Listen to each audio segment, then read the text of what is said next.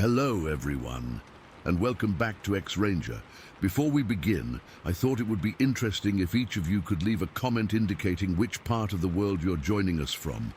Also, don't forget to like and subscribe if you're enjoying the episodes. Now let's get comfortable, relax, and start our program. This happened back in July of 1995. My buddy Edgar and I had decided to go camping outside Cloudcroft, New Mexico. We weren't exactly experienced outdoorsmen. We were both 22 at the time and had only gone camping a handful of times before, usually with bigger groups. This was our first time, just the two of us. We picked a spot about 5 minutes from Cloudcroft. It seemed perfect, close enough to civilization that we wouldn't get completely lost, but still surrounded by beautiful pine trees and nature. The campground had maybe 10 or 15 sites scattered around, with enough distance between them that you couldn't really see your neighbors, but close enough that you didn't feel totally isolated. It was pretty busy that weekend. Most sites were filled with other campers. We spent the day hiking around, cooking hot dogs over a fire, drinking beers, and talking about life. Just regular stuff. Nothing weird or unusual happened during the day at all. We turned in around 11 at night. The temperature had dropped quite a bit. Even in July, it gets cold at night in the mountains. So we were bundled up in our sleeping bags inside this cheap tent we had bought at Walmart. I dozed off pretty quickly. Edgar was known for his snoring, so I had my Walkman with me and fell asleep listening to music. I don't know exactly what time it was when I first woke up. Maybe around 1 in the morning. But something had jolted me awake. At first, I thought it was just Edgar moving around or the cold. But then I heard it. A scream. But not just any scream. It's hard to explain exactly what it sounded like, but it was this high-pitched wailing mixed with something deeper. Like a baby crying, but way louder, or maybe a woman screaming in pain, but then occasionally dropping into these guttural, throaty grunts. The sound was distant at first, maybe coming from the edge of the campground or the woods beyond. I nudged Edgar awake. "You hear that?" I whispered. He was groggy at first, but as soon as the sound came again, he sat straight up. "What the hell is that?" he whispered back. We stayed completely still, just listening. The screaming continued, but now it seemed to be getting closer. That's when I realized, with a sinking feeling, whatever was making that noise was moving through the campground. We could hear it going from site to site. There would be these moments of silence, then rustling sounds, like something digging through stuff, then those screams again. It was methodical, like it was searching for something. "It's looking for food," Edgar whispered, his voice barely audible. That made sense. Probably a bear or something going through people's coolers and trash. But I'd heard bears before, and they don't make sounds like that. We debated for a few seconds about whether to look outside, but honestly, we were both too scared. Our tent was just thin nylon, no protection at all if something decided to come at us. So instead, we just sat there in the dark, completely silent, listening as this thing made its way closer and closer to our sight. The temperature seemed to drop even further. I was shivering, but not from cold. I remember my mouth was completely dry, and my heart was pounding so hard I was sure whatever was out there could hear it. Then it reached the campsite right next to ours. We could hear it moving around. The sound of something heavy walking on the ground, branches breaking under its weight. The people in that site must have stored their food properly, because after a minute or two of investigation, that awful scream came again, louder than ever because it was so close now. And then the footsteps started heading directly toward our site. I've never felt terror like that moment. Edgar and I didn't even look at each other. We were frozen in place. The footsteps came right up to our tent. Heavy footsteps, not a raccoon or small animal, something big. I was holding my breath, and I could feel Edgar doing the same beside me. Whatever it was circled our tent, slowly, deliberately. I could hear it breathing, deep, heavy breaths that didn't sound like any animal I was familiar with.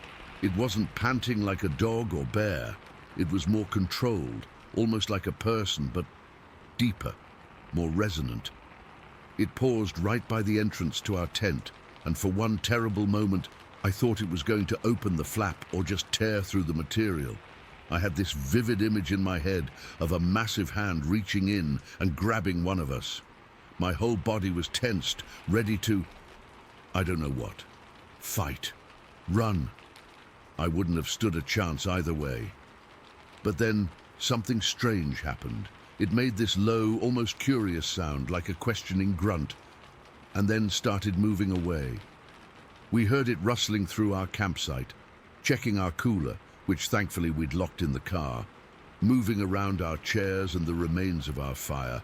After what seemed like an eternity, but was probably just a few minutes, it let out another one of those awful screams, and then we heard it moving away, deeper into the woods beyond our campsite. The screams continued for a while, gradually getting more distant, until finally we couldn't hear them anymore. Neither of us spoke for a long time. Eventually, Edgar whispered, "What the fuck was that?" I didn't have an answer. We debated packing up right then and driving back to town, but the idea of going outside while that thing might still be around was even scarier than staying put. So we stayed awake, listening, jumping at every sound until dawn finally came. When the sun rose and we finally worked up the courage to leave the tent, everything looked completely normal.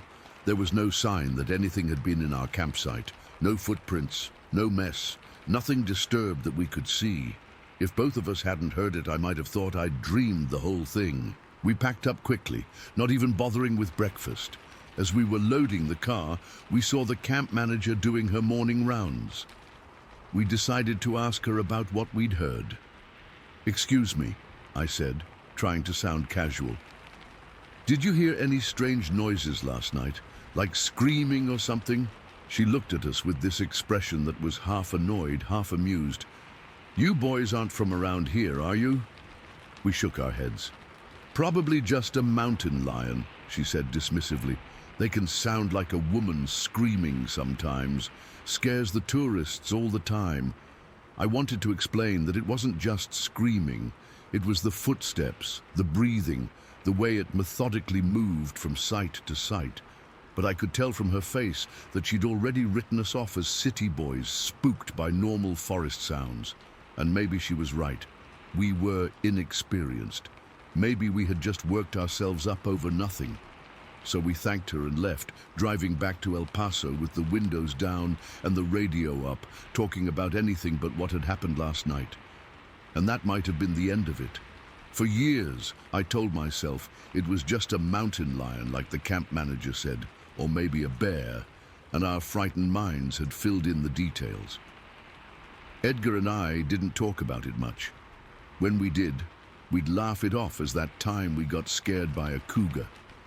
Then, in 2003, 8 years later, I was browsing the internet late one night, and I stumbled across this website about unexplained phenomena.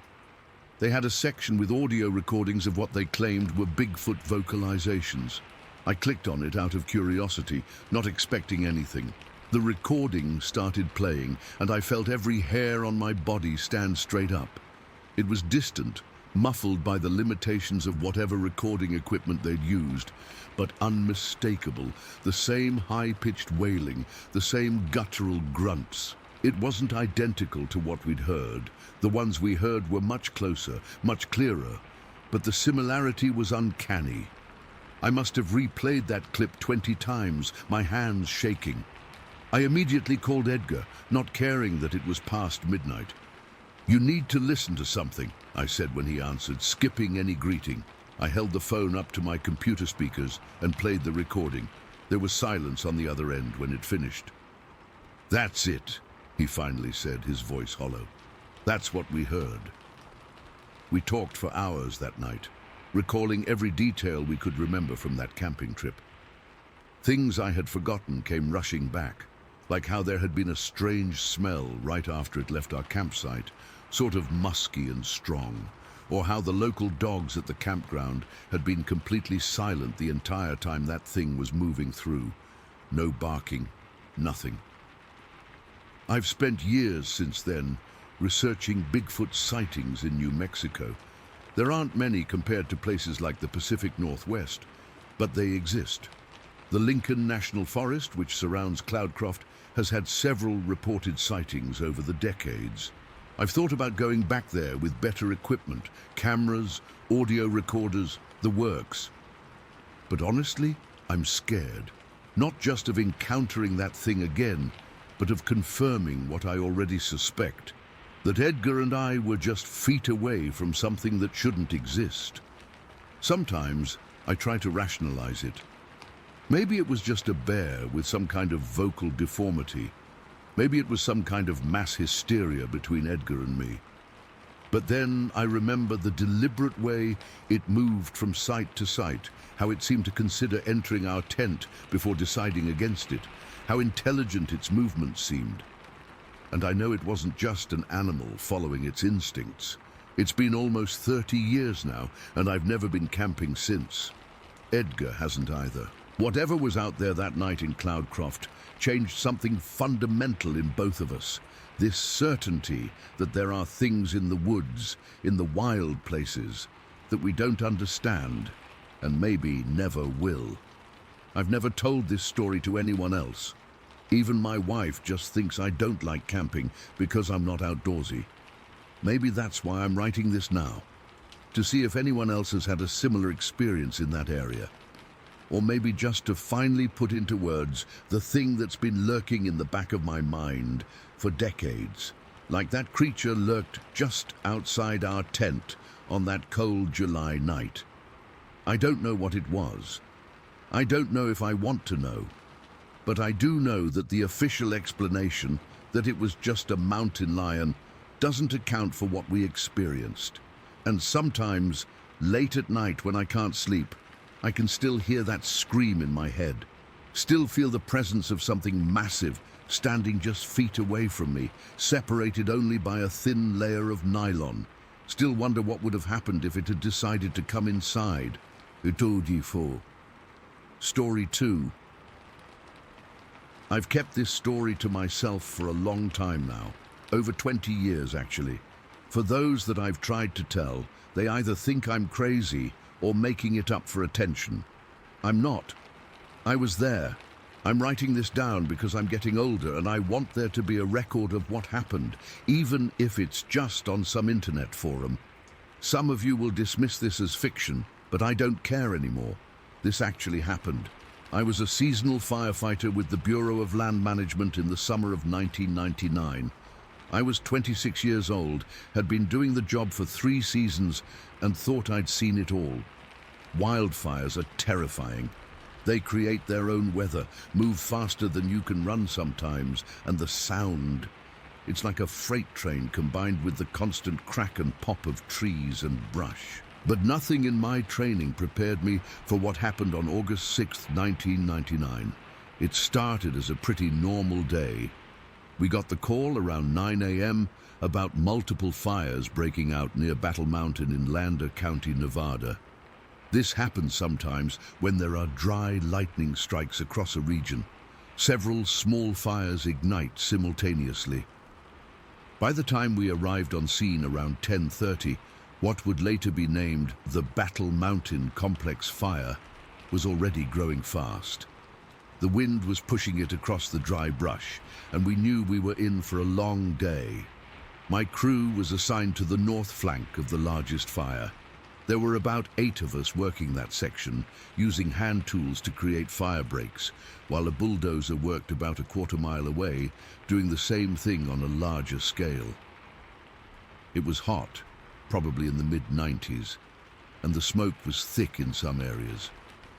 We all had bandanas over our faces and were rotating frequently to avoid exhaustion.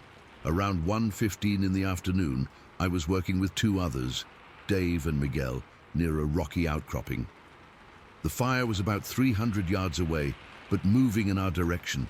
We were trying to clear a line all the way to a dirt access road that could serve as a natural break. The smoke was shifting with the wind, sometimes giving us clear visibility, other times nearly choking us. During one of the clearer moments, Miguel suddenly stopped working. I looked up and saw him staring off into the distance, toward an area that had already burned through. The ground was still smoking in patches, but the main fire had moved on. "What the hell is that?" he said, pointing. I squinted in the direction he was indicating. At first I thought it might be a bear. There was definitely something large moving between the charred trees about 200 yards away. It was dark, moving slowly, and seemed to be in distress. Dave came over and the three of us watched as the figure stumbled forward. It was walking on all fours, but something about the movement wasn't right for a bear. The proportions were off. "That's not a bear," Dave said quietly. As it moved closer to us, emerging from the thicker smoke, I felt the hair on my arms stand up. This thing was massive, and it was walking with its knuckles on the ground, then occasionally rising up to a more upright position before dropping back down. Like an ape would walk. But there aren't any apes in Nevada. Not wild ones, anyway. "We should call this in," I said, reaching for my radio. My mouth was dry. "Central, this is North Flank Crew. We've got an injured animal, large animal. Request assistance." The radio crackled. "North Flank, what kind of animal?" I hesitated, looking at my colleagues. Miguel shook his head slightly, his eyes wide. Dave just kept staring. "Unknown. Large. Possibly a bear, but doesn't look like one. It appears injured from the fire." There was a pause. "Copy that. Stay clear. We'll send someone your way." By this point, the creature had noticed us. It stopped moving and seemed to be watching us. We were still at a safe distance, maybe 150 yards now, but close enough to see more details. It was covered in dark hair or fur, matted in places, and I could see what looked like burned patches on its back and one leg. It was huge.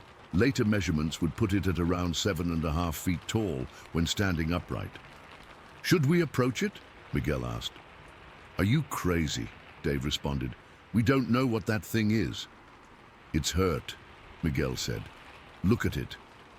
The creature had slumped down now, sitting on the blackened ground. It made a low, moaning sound that carried across the distance between us. I'd never heard anything like it. Not quite animal, not quite human. Within about 15 minutes, our supervisor, Mark, arrived with 3 other firefighters in a utility truck. By this time, a few more of our crew had gathered, forming a loose semicircle about 100 yards from the creature. No one wanted to get too close. Mark got out of the truck and joined us, shielding his eyes from the sun. "What the hell is that thing?" "We don't know," I said. "But it's injured, burns on its back and leg from what I can see." Mark raised his binoculars and studied the creature for a long moment. "Jesus Christ," he muttered. He lowered the binoculars and turned to us. "Nobody says a word about this to anyone until we figure out what's going on. Understand?" We all nodded, though I wasn't sure what he meant. It was just an injured animal, right?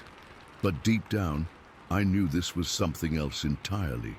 Mark got on his radio and moved away from us, speaking in a low voice. I couldn't hear what he was saying, but his body language was tense. After a few minutes, he came back. "Okay, here's the plan.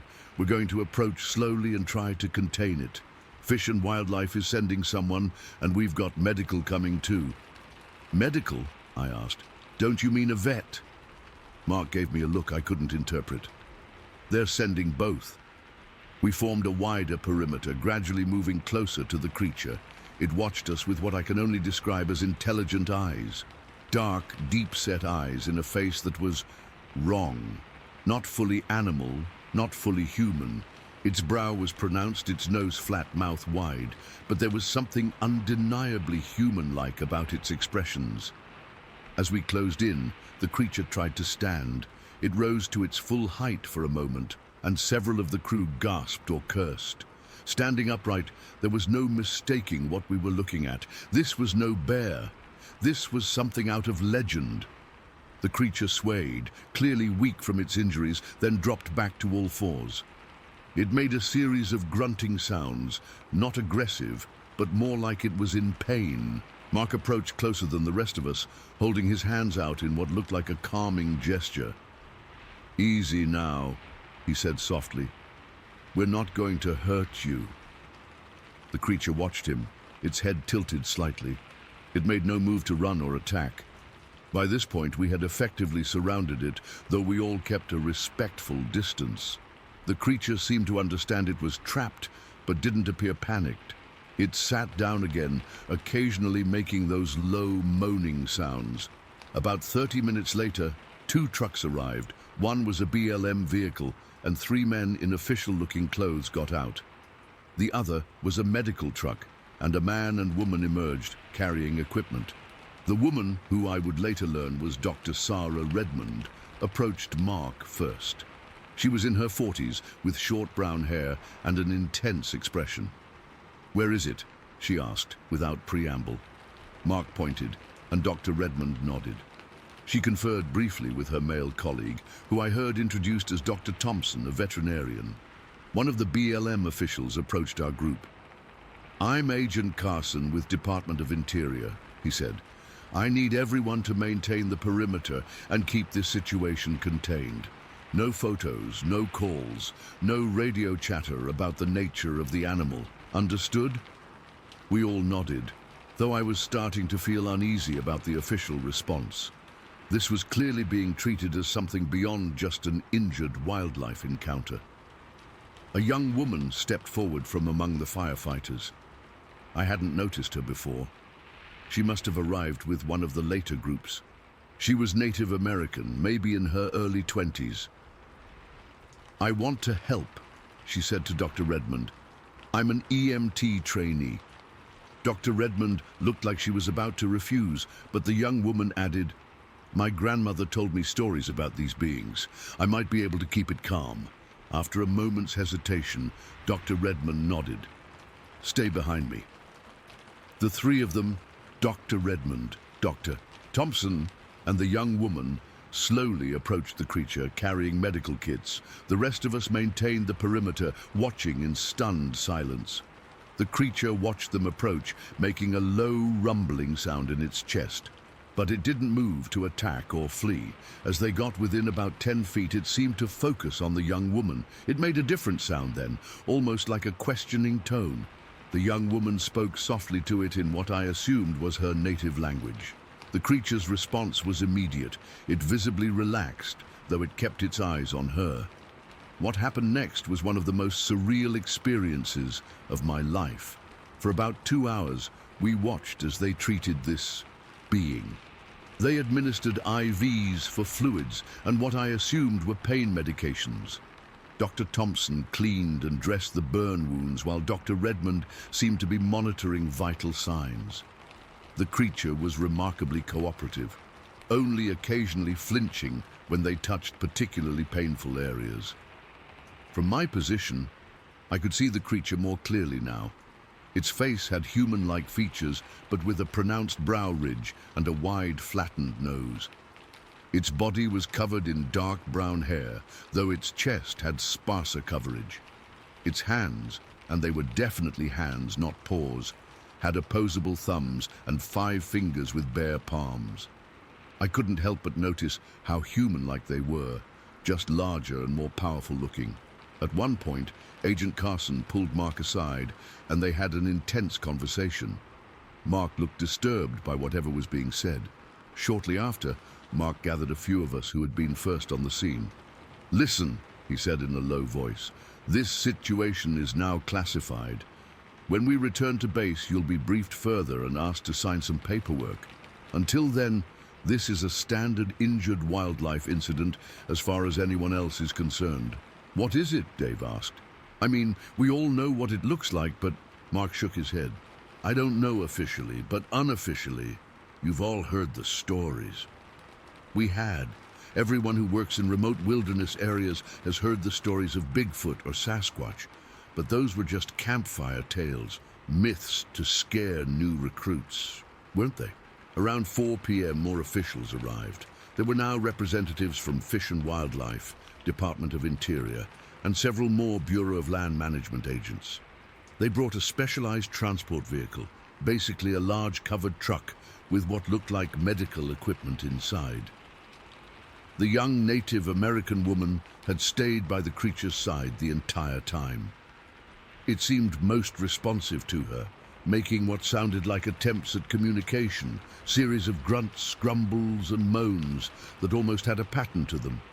She would respond softly, sometimes in English, sometimes in her native language. As they prepared to move the creature, Dr. Redmond approached those of us who had been maintaining the perimeter. "You've all done well today," she said, her voice formal. "I know this is an unusual situation, but your discretion is appreciated and expected. This animal is a protected species under federal jurisdiction, and discussion of its existence or today's events is prohibited." "What will happen to it?" I asked. Dr. Redmond paused. "It will receive the care it needs and be released in a suitable habitat once recovered." I didn't fully believe her. There was something rehearsed about her response. The most difficult part was moving the creature to the transport vehicle. Despite its injuries, it was incredibly strong and weighed at least 500 pounds by my estimate. It took 6 men to carefully lift it onto a reinforced stretcher, and even sedated, it was a challenge to move. As they loaded it into the truck, I got my clearest view yet. Despite everything I'd been told about keeping my distance, I found myself moving closer, drawn by a mix of curiosity and disbelief. The creature's eyes met mine briefly, dark, intelligent eyes that seemed to hold knowledge. There was fear there, yes, but also something else. Recognition, perhaps, as if it understood exactly what was happening and who we were. Once the creature was secured in the vehicle, Agent Carson gathered all of us who had been involved, about 25 firefighters in total. "You will all report to the Battle Mountain Field Office upon completion of your shift for debriefing," he said. "Until then, this incident involved an injured large mammal, species unconfirmed, but likely a bear. Any deviation from this story will result in serious consequences." The transport vehicle left first, followed by the officials in their various government vehicles. The young Native American woman went with them, still by the creature's side. As they drove away, the reality of what we'd just experienced began to sink in. We had found a Bigfoot, an actual Sasquatch, and the government clearly knew about them. We returned to firefighting duties as if nothing had happened, though there was a strange tension among those of us who had seen it up close. That evening, as promised, we were taken to a field office where we signed multiple non-disclosure agreements. We were told in no uncertain terms that discussing the wildlife incident would result in federal charges. Most of the crew seemed content to go along with this, either out of fear or because they didn't want to be associated with such an unbelievable story. But I couldn't stop thinking about those eyes, that intelligent gaze. I couldn't forget how it had tried to communicate, how it had responded to the young woman's presence. That night I wrote down everything I could remember in a journal, which I've kept hidden all these years. I'm breaking my silence now, because I believe people should know the truth. These creatures exist. They're real, intelligent beings that share our world. I never found out what happened to that injured Sasquatch. The official record states that we encountered an injured bear that was treated and relocated. All mentions of the Battle Mountain Complex fire focus solely on the wildfire aspects, acres burned, containment efforts, etc. There's no official record of what we found, but I know what I saw. I know that somewhere in Nevada, on August 6, 1999, a group of firefighters encountered a being that shouldn't exist according to science. And I know that our government is aware of these creatures and has protocols in place for when they're discovered. I've spent years trying to find others who were there that day. Most won't talk about it. Some claim not to remember the details. A few, when pressed in private, will admit it happened, but refuse to discuss it further. The young Native American woman seems to have disappeared entirely. I've never been able to find out who she was or where she came from. All I know is that I helped rescue a Bigfoot once, and I've been questioning everything I thought I knew about our world ever since. Story 3. Mum, I never thought I'd share this with anyone outside my immediate family and a few trusted friends. But it's been over 40 years now, and I still think about what happened that day in September 1980. I was working as a security supervisor at the Houston International Minerals Corporation at Gold Hill in Story County, Nevada. The memory is still so vivid, I can close my eyes and see it all unfolding like it was yesterday. It was a pretty ordinary Tuesday afternoon, around 4:15 p.m. The sun was still bright, but starting to get that golden late afternoon quality that makes everything look a bit softer around the edges. I was showing my swing shift officer Bill around the property. He was relatively new, and I wanted him familiar with some of the trouble spots, specifically an area where I'd chased off some local kids earlier that day. Those kids were always hanging around the property. Nothing malicious, just kids being kids. But it was a mining operation with heavy equipment and dangerous areas, so we couldn't have them wandering around. I'd seen maybe 3 or 4 boys that morning, probably 12 to 14 years old, and had to run them off. They didn't give me any trouble, just the usual "sorry, mister," before scampering away. As Bill and I stood at the edge of a small ridge overlooking a ravine, I spotted what looked like the same group of boys from that morning. They were racing down the slope toward the creek that ran through the property. The creek was a popular spot for the local kids, especially during the warmer months. It was a good place to cool off, skip stones, that sort of thing. Not technically part of our property, but close enough that we kept an eye on it. "There go those same damn kids again," I said to Bill, pointing them out. "They never learn." The boys were running pretty fast, laughing and shouting to each other. When they reached the bottom near the creek, there was suddenly a whole lot of noise. High-pitched voices yelling and laughing. Turned out there was already another group at the creek, some girls from town by the sounds of it. The boys had apparently startled them, and now everyone was hollering and splashing around. That's when I noticed movement in the trees west of the creek. At first, I thought they'd scared up a deer. We had plenty of mule deer in the area. But as I watched, I realized whatever was moving through the trees was way too big to be a deer. My next thought was that it might be one of the wild mustangs that roamed the hills around there. That made more sense, given the size of what I was seeing through the brush. "Hey, what's that?" I asked Bill, pointing toward the movement in the tree line. Bill squinted, then reached into our patrol vehicle and grabbed his binoculars. He was quiet for a second as he focused, then he suddenly tensed up. "Oh my God," he whispered, his voice tight. "What?" I asked, my heart starting to beat a little faster. Bill wasn't the type to get excited over nothing. He handed me the binoculars without saying anything else, his hand trembling slightly. I raised them to my eyes and adjusted the focus. What I saw literally made my stomach drop. I'm not a man given to exaggeration or flights of fancy. I've always prided myself on being level-headed, practical, but what I saw through those binoculars defied everything I knew about the world. Moving through the trees, making its way up the far hill, was what I can only describe as a massive, man-shaped creature. It was covered in hair from head to toe. Not fur like an animal, but hair like a person's, but all over.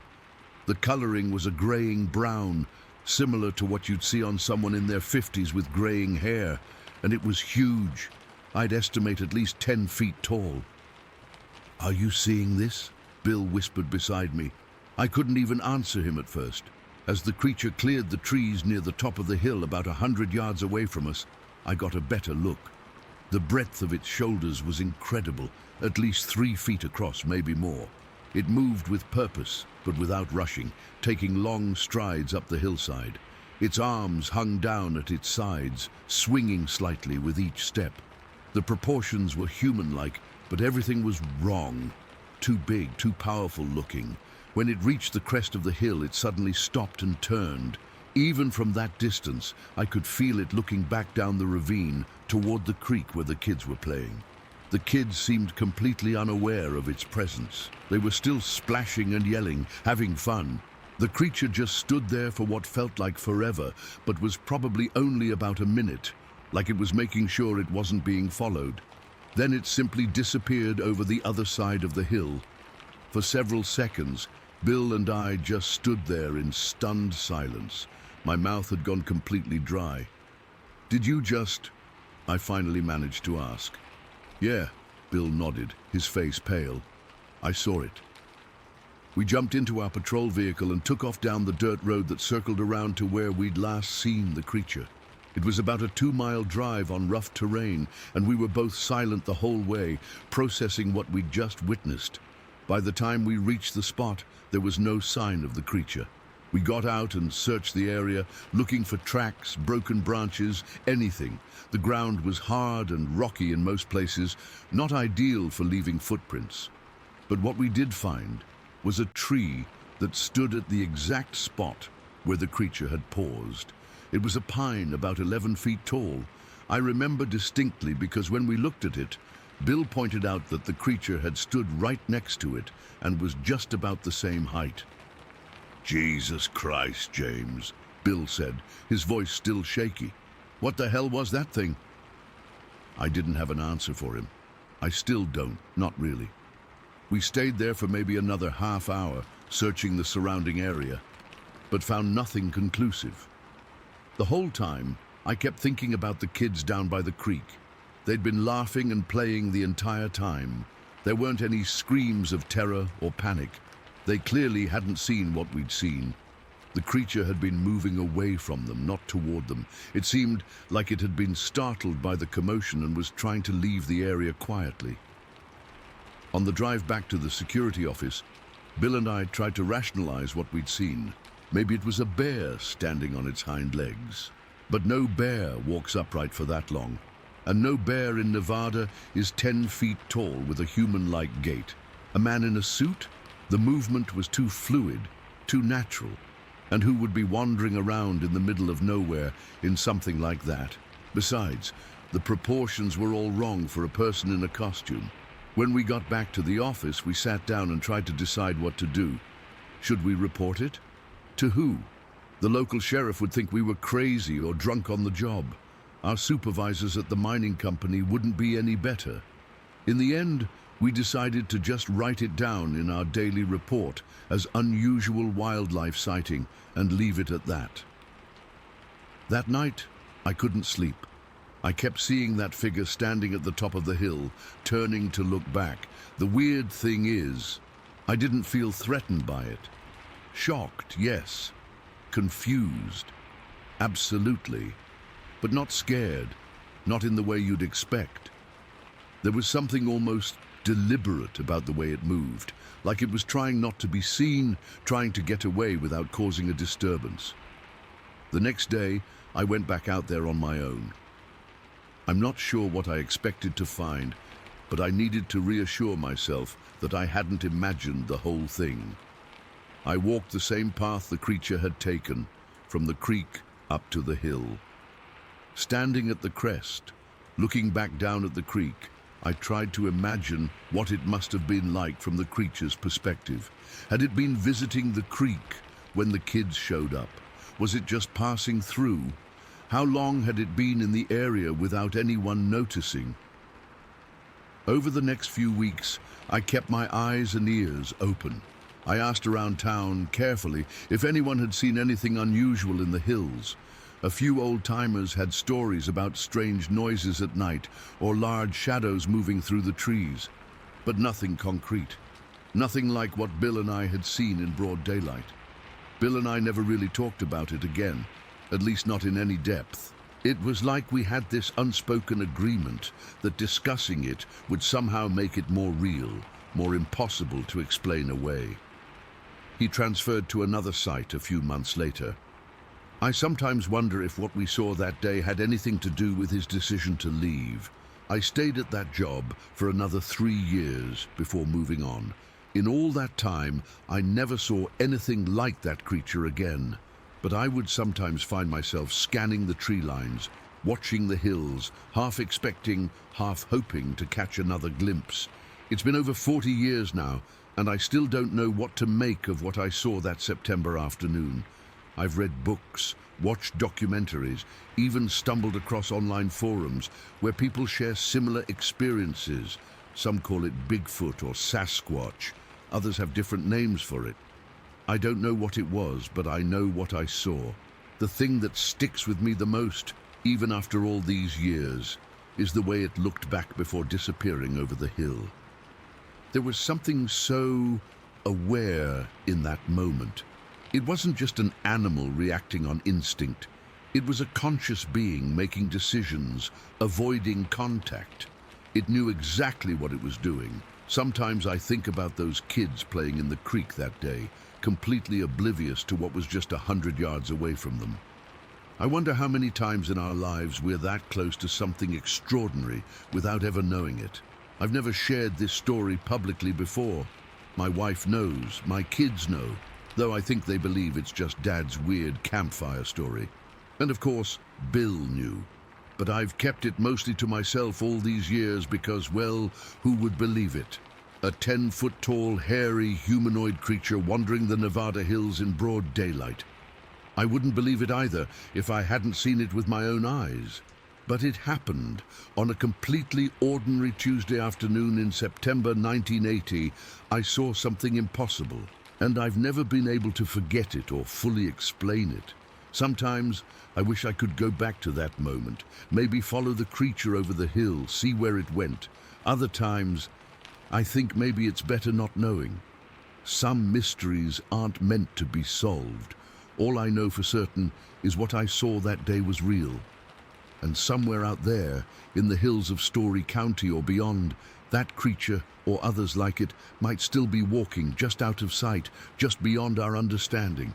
Watching, waiting, moving quietly through a world that doesn't believe they exist. Story 4.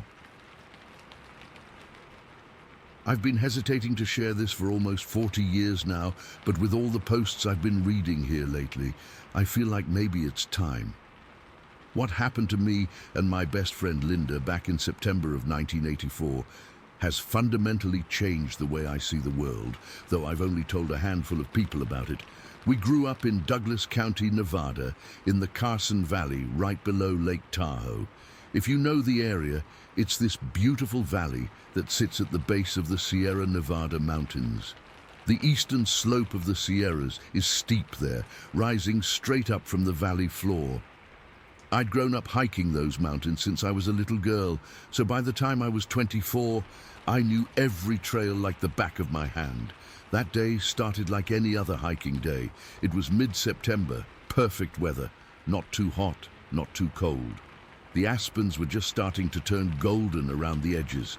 Linda and I had been planning this hike for weeks. We both had the day off work when we noticed something new. There had been a windstorm the previous winter that had blown down some trees, exposing an area that had previously been hidden from the trail.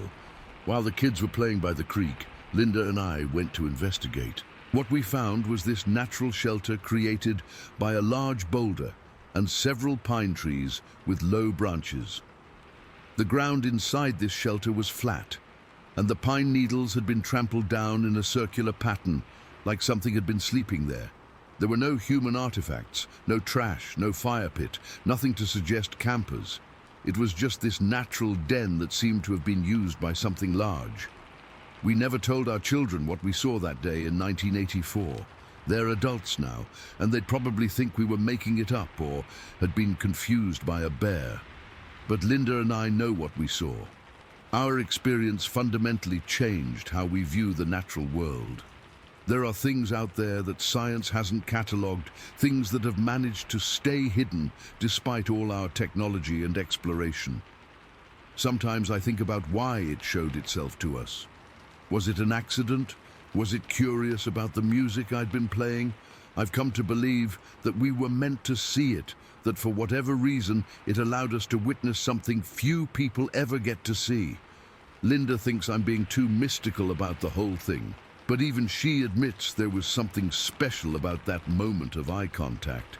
I'm 64 now, and I still hike those trails when I can, though not as often as I'd like.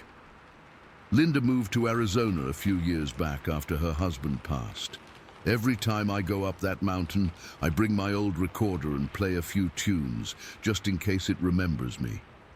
I haven't seen it again, but sometimes I catch that distinctive smell on the breeze, or hear branches breaking in a rhythm that doesn't sound like any animal I know.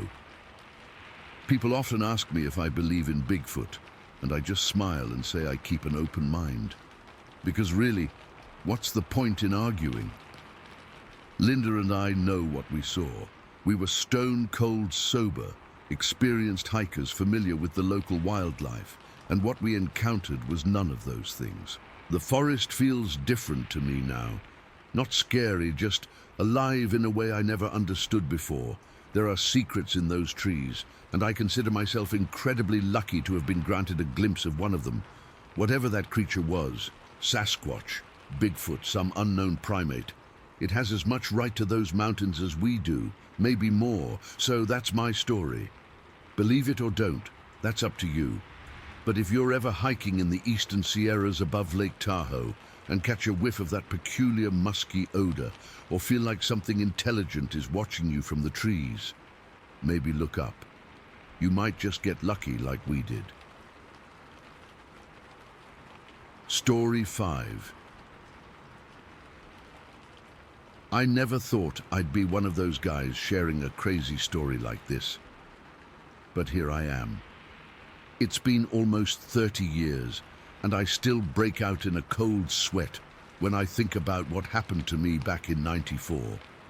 I've tried to forget, tried to convince myself it was just my mind playing tricks on me. But deep down, I know what I heard that night was real. I'm what you'd call an experienced outdoorsman. Been hunting, fishing, and camping in the Sierra Nevada mountains since I was a kid. My dad taught me everything about surviving in the wilderness, and I'd spent countless weekends exploring the Douglas County backcountry. Nothing about the mountains scared me, at least not until that day in October 1994. It was a crisp autumn day, and I'd driven out to gather firewood for the upcoming winter. My family burned through a lot of wood during those cold Nevada winters, and I like to get started early.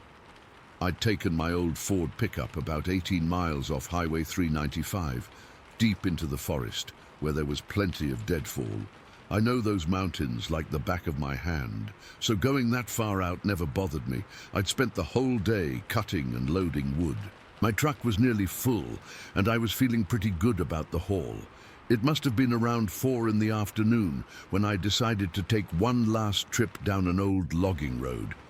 There was a spot I knew about with some downed ponderosa pines that would be perfect for splitting. The trouble started when I was backing my truck down this narrow path. I felt something catch underneath and heard a sickening tearing sound. I immediately cut the engine and got out to check. My heart sank when I saw the transmission line had been completely torn out by a thick piece of brush I hadn't noticed. Transmission fluid was pooling under the truck. I'm pretty handy with vehicles, but this wasn't something I could fix out there. I had no spare parts, and even if I did, I didn't have the tools to make that kind of repair. My stomach knotted up when I realized I'd have to walk out. 18 miles is a hell of a long way to walk, especially with darkness coming. I grabbed my pack from behind the seat. Thankfully, I always keep emergency supplies: water, some jerky, a flashlight, and my SKS rifle. Never go into the mountains unarmed. That's another lesson my dad drilled into me. Mountain lions and bears were common in that area, and I wasn't about to become something's dinner. I started walking around 4:30. I figured I could cover at least half the distance before full dark if I kept a good pace. The first several miles weren't too bad. The weather was cool but not cold, and the walking kept me warm. I stuck to the main dirt road, which would eventually connect back to the highway. As the sun started to set, I began to get a little anxious. I'd been walking for about 3 hours and had covered maybe 8 miles, but I still had a long way to go. By 7 o'clock, it was completely dark. I'm talking pitch black. No moon, just stars. My flashlight helped, but its beam only stretched so far into that thick darkness. The forest seemed different at night. Every sound was amplified, the wind through the pines, the occasional hoot of an owl, the rustling of small animals in the underbrush. I kept walking, trying to ignore the growing sense of unease. I've been in these woods hundreds of times, I kept telling myself. There's nothing out here I haven't dealt with before. I couldn't have been more wrong. It was around 8:30 when it happened. I was walking along, focused on the path ahead, when the most blood-curdling scream I've ever heard tore through the night. It wasn't human, not even close, but it wasn't any animal I recognized either. It was somewhere between a woman's scream and an elk bugle, but deeper, more guttural, and 100 times louder. I literally jumped 2 feet in the air. My heart felt like it was going to explode out of my chest. I dropped my flashlight, and it took me several seconds of frantic searching to find it again. The whole time I was listening, straining to hear if there would be another scream. There was, even louder this time. It came from somewhere to my south, maybe a couple 100 yards away. But what really sent chills down my spine was what I heard next, the sound of something large moving through the forest, not just walking, but pushing through the underbrush, snapping branches. Then I heard a crack so loud it made me flinch, the unmistakable sound of a tree being broken, not a branch, a whole damn tree. My hands were shaking so bad I could barely hold the flashlight. Whatever was out there was big, really big, and it was coming toward me. Another scream, closer now. It sounded angry, threatening. I've heard mountain lions scream, I've heard bears roar, but this was something else entirely. This was primal, ancient, something that didn't belong in these woods, at least not in any world I understood. I swung my flashlight in the direction of the sound, but the beam couldn't penetrate far enough into the darkness. All I could see were trees and brush, but I could hear it, moving steadily toward me, breaking everything in its path. My body went into autopilot. I slung my pack over my shoulder and grabbed my SKS, releasing the safety with trembling fingers. I faced down charging bucks and even stood my ground against a black bear once, but something in my gut told me this was far more dangerous. The creature let out another scream, and I estimated it was about 50 yards away now. I couldn't see it, but I could hear it coming straight for me. In that moment, I made a decision that I'm convinced saved my life. I raised my rifle and fired 10 rounds into the air, aiming in the general direction of where I thought the creature was. The sound of the gunshots echoed through the mountains, shattering the night silence. The muzzle flash temporarily blinded me, and the acrid smell of gunpowder filled my nostrils.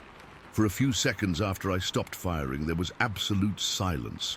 No screams, no movement, nothing. I stood there, rifle still raised, heart pounding in my ears, wondering if I'd scared it off, or if it was just pausing, preparing to charge. Then I heard it moving again, but this time away from me. It was heading uphill, back into the deeper forest. But it was still screaming, these angry, frustrated howls that made the hair on my neck stand up.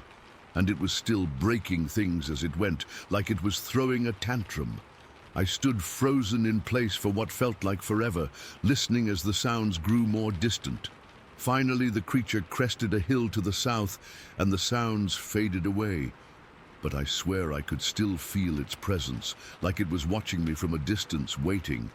I don't know how long I stood there, SKS clutched in my white-knuckled hands, before I could make myself move again. When I finally did, I walked faster than I ever had in my life. I kept glancing over my shoulder, keeping my finger near the trigger, ready to fire again if I heard that scream. My mind was racing. What the hell was that thing? It moved on 2 legs. I'm certain of that from the way it sounded moving through the brush. No 4-legged animal makes that pattern of noise. And the strength it had, breaking whole trees. I've seen what bears can do, and this was different. I kept walking, my thoughts spiraling into darker places. What would have happened if I hadn't been armed? What if it had gotten closer? Would I have seen it? Did I even want to see it? And worst of all, what if it circled around and was following me now? Every snap of a twig, every rustle of leaves had me spinning around, rifle raised. I was burning through adrenaline at a rate that left me shaky and exhausted, but terror kept me moving forward. I'd been walking for another hour or so when I saw headlights in the distance. I nearly cried with relief. My family had gotten worried when I didn't come home and had come looking for me. My brother-in-law's truck came bouncing down the dirt road, and I flagged them down, probably looking like a madman with my wild eyes and rifle in hand. They were shocked when they saw me. My wife later told me I was as white as a sheet, covered in sweat despite the cold night air. I tried to explain what had happened as they drove me back to town, but I could tell from their faces they thought I was exaggerating or that fear had gotten the better of me. The next day, my brother-in-law helped me get my truck towed back to town. I was on edge the entire time we were out there, jumping at every sound, scanning the trees constantly. He thought I was being ridiculous until we got to my truck and found something that shut him up quick. About 30 yards from my vehicle, we found a pine tree, not a huge one, maybe 8 inches in diameter, completely snapped in half. Not cut, not fallen, but broken, like someone had just pushed it until it gave way. There were other broken branches and disturbed vegetation leading away from the road, heading south toward the hills. Even then, he tried to rationalize it. Maybe it was a bear, he said, or the wind. But there had been no wind that night, and we both knew bears don't break trees like that. A week later, I got up the courage to talk to some of the tribal elders from the Washoe community. My family has had good relations with them for generations, and I trusted their knowledge of the area more than anyone's. I explained what I'd heard, being careful not to sound like some crazy guy telling tall tales. The oldest of them, a man named Joseph, nodded solemnly as I spoke. When I finished, he said simply, "You met Hana Waiwai." When I asked what that meant, he explained it was their name for a creature that lived in the deep forests. The white man called it Bigfoot or Sasquatch, but the Washoe had known about it for centuries. Joseph told me I was lucky. These creatures normally avoid humans, but sometimes, usually in the fall when they're preparing for winter, they become more aggressive about protecting their territory. He believed I had unknowingly entered an area this creature considered its own, and it was trying to drive me out. "The gun saved you," he told me. "Not because your bullets would have killed it, but because the noise frightened it. They don't understand our weapons, but they know to fear loud noises." I asked him if anyone had ever been hurt by these things. He got quiet then, looking down at his hands. "There are stories," was all he said. That was almost 30 years ago. I've never gone that deep into those woods alone again. I still cut firewood, still hunt, still fish, but I stay closer to the roads, to civilization, and I'm never unarmed. I've read about other encounters since then, people who've seen these creatures, heard their screams, found strange footprints, or experienced wood knocks and rock throwing. Some of the stories match mine so closely it gives me chills. I know what I experienced was real. Sometimes, when I'm lying in bed at night, especially during autumn when the wind is blowing through the pines outside my window, I swear I can hear that scream again, that inhuman, rage-filled howl that doesn't belong in this world. And I wonder if it's still out there in those dark woods, waiting for someone else to wander into its territory. I never saw the creature that night. Maybe that's a blessing. But what I heard was real, and it changed me forever. I don't need to see something to know it exists. Some things you feel in your bones, in that primitive part of your brain that recognizes danger, even when your modern mind can't process it. All I know is this: there are things in those mountains that science can't explain. Things that have been there long before us and will be there long after, and they don't take kindly to trespassers. Story 6. I've debated posting this for a long time. Even typing this now, my hands are a little shaky and I'm second-guessing myself.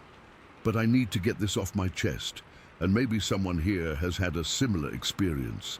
This happened back in mid-August, 1967. I was 10 years old, living in Cook County, Illinois.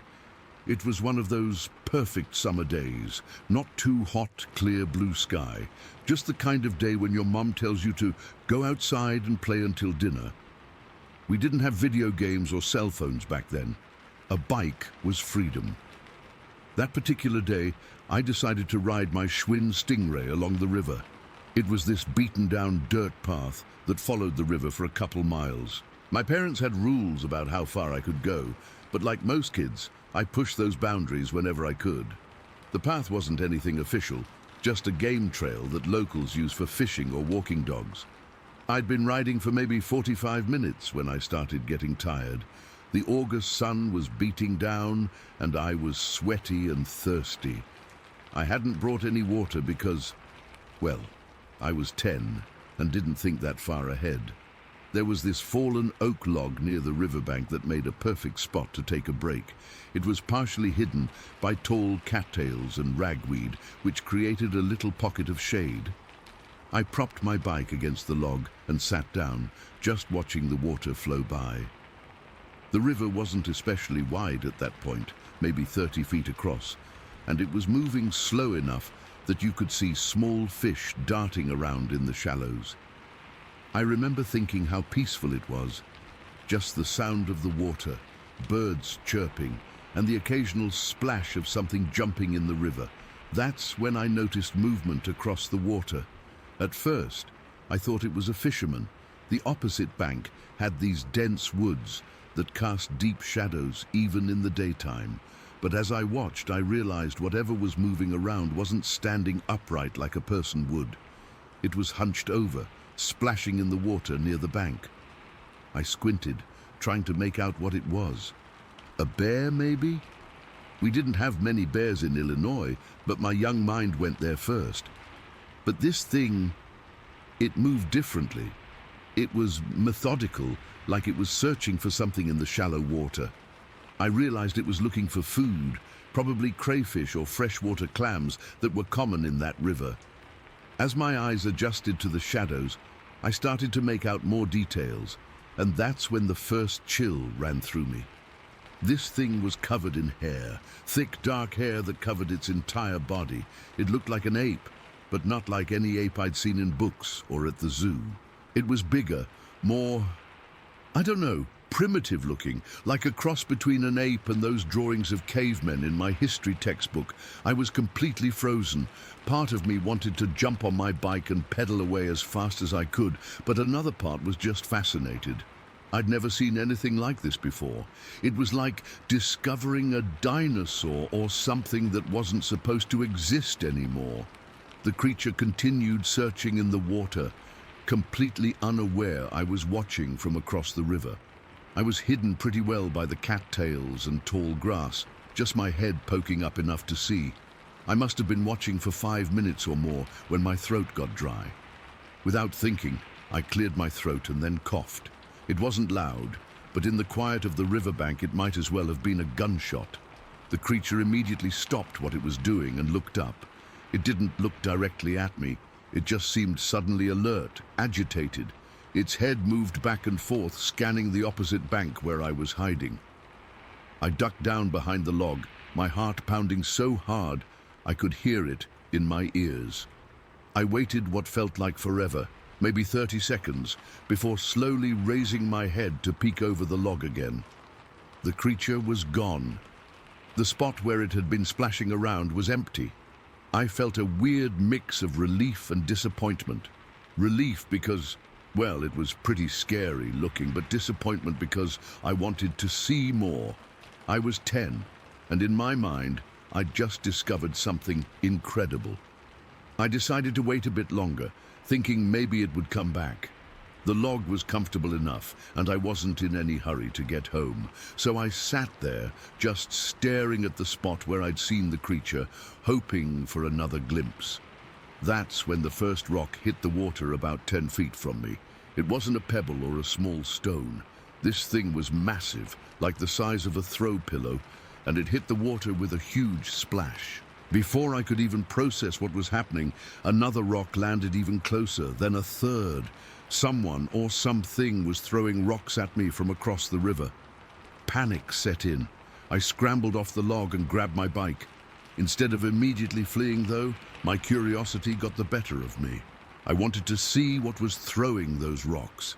So I moved my bike a little ways downstream where the cattails weren't as thick, giving me a clearer view across the river. That's when I saw it again, and this time it saw me too. The creature was standing at the river's edge, partially emerged from the tree line.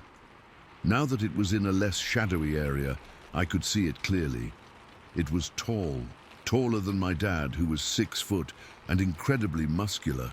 The hair covering its body was a blackish-brown color, but its face had patches of what looked like dried mud. Its skin was wrinkled, especially around the eyes, which bulged out in a way that didn't look human. The nose was pushed in, almost flat against its face. Our eyes locked, and I couldn't help myself. I just blurted out, "Wow!" The creature immediately reacted to my voice. It moved with surprising speed, darting into the cattails on its side of the river. For a second, I thought it was running away, but then I realized it was actually crossing the river, and it was doing it almost silently, just the slightest splashing sounds as it moved through the water. It was coming toward me. As it got about halfway across the river, it paused, bent down, and picked up more rocks from the riverbed. Then it started hurling them directly at me. One rock hit a tree beside me with such force that it took a chunk of bark off. Another landed so close, I felt the splash of water on my legs. I didn't wait to see if the next one would hit me. I jumped on my bike and took off down the trail as fast as I could pedal. The path was bumpy and overgrown in places, and I nearly wiped out twice, but fear kept me upright and moving. As I fled, the most terrifying sound I've ever heard in my life filled the air behind me. It was a howl, but not like a wolf or a dog. It was louder, deeper, and it seemed to modulate in a way that made it sound almost like an air raid siren. The howl was followed by what I can only describe as screaming. Not human screaming, but not like any animal I'd heard before either.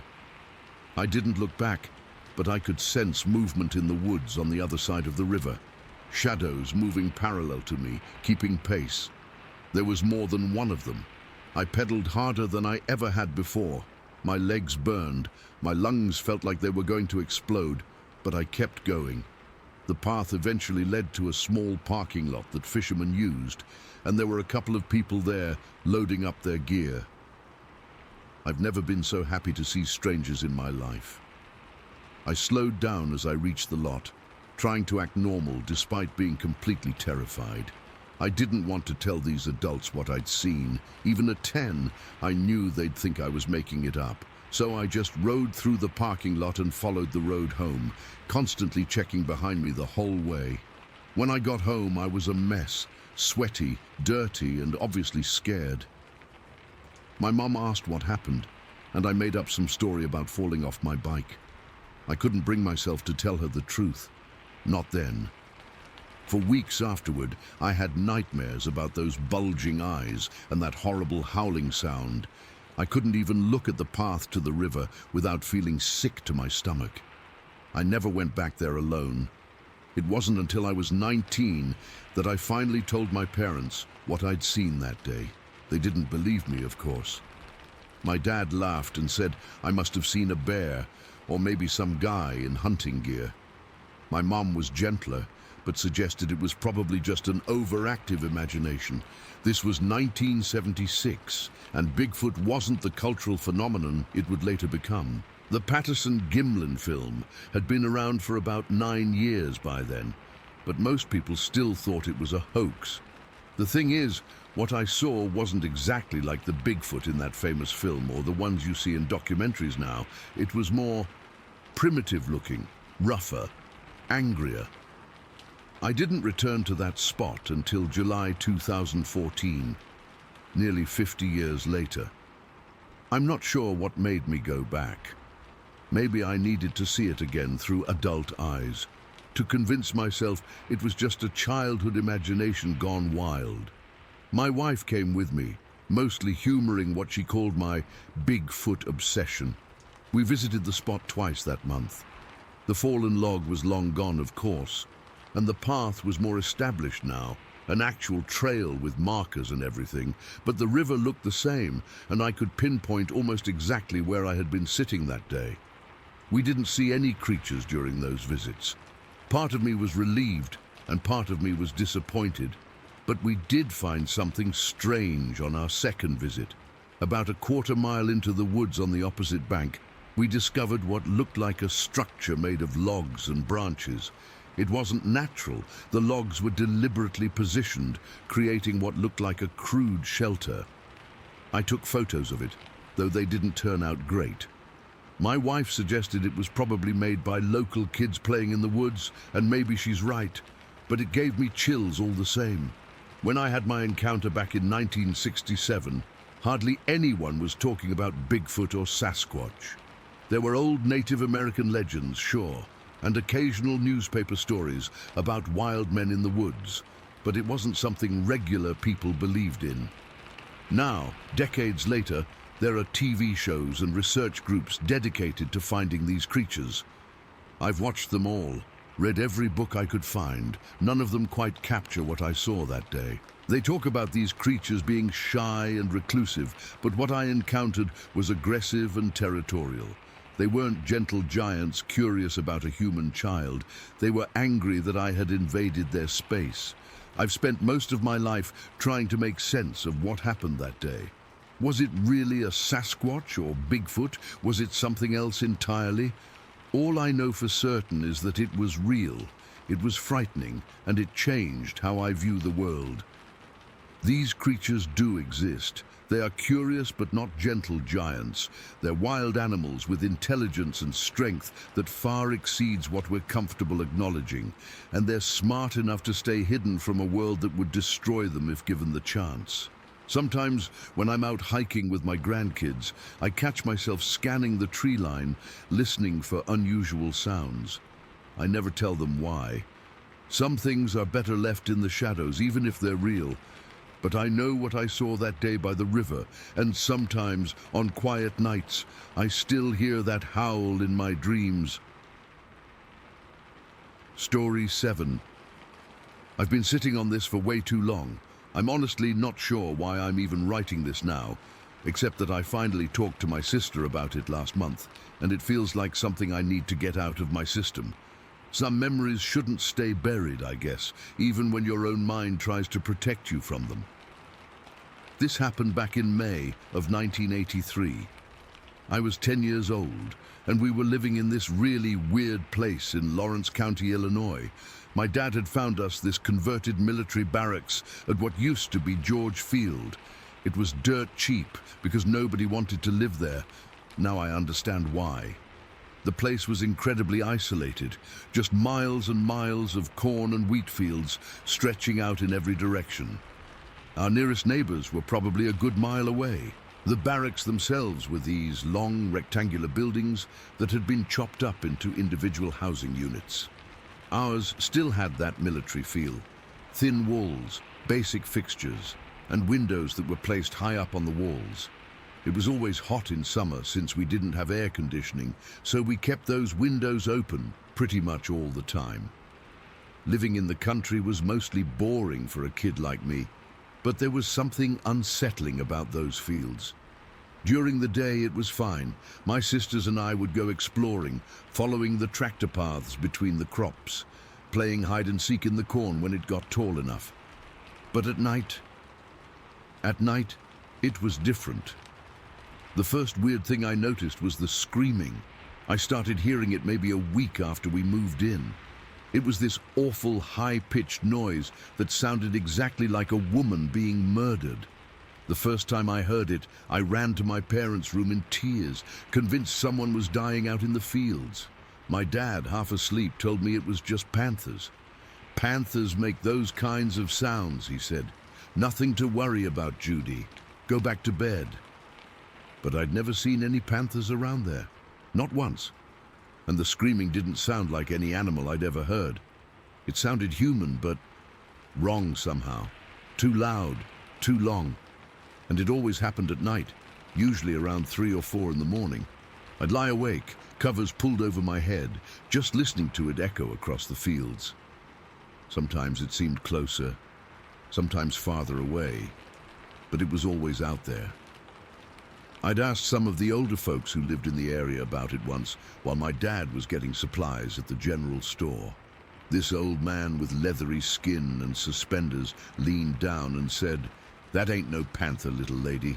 That's the grassman. You best stay inside after dark." Another old-timer nodded and added, "Been around these parts longer than any of us. Keeps to himself mostly, but he don't like people messing around in his territory." I remember asking what a grassman was, and they just exchanged looks.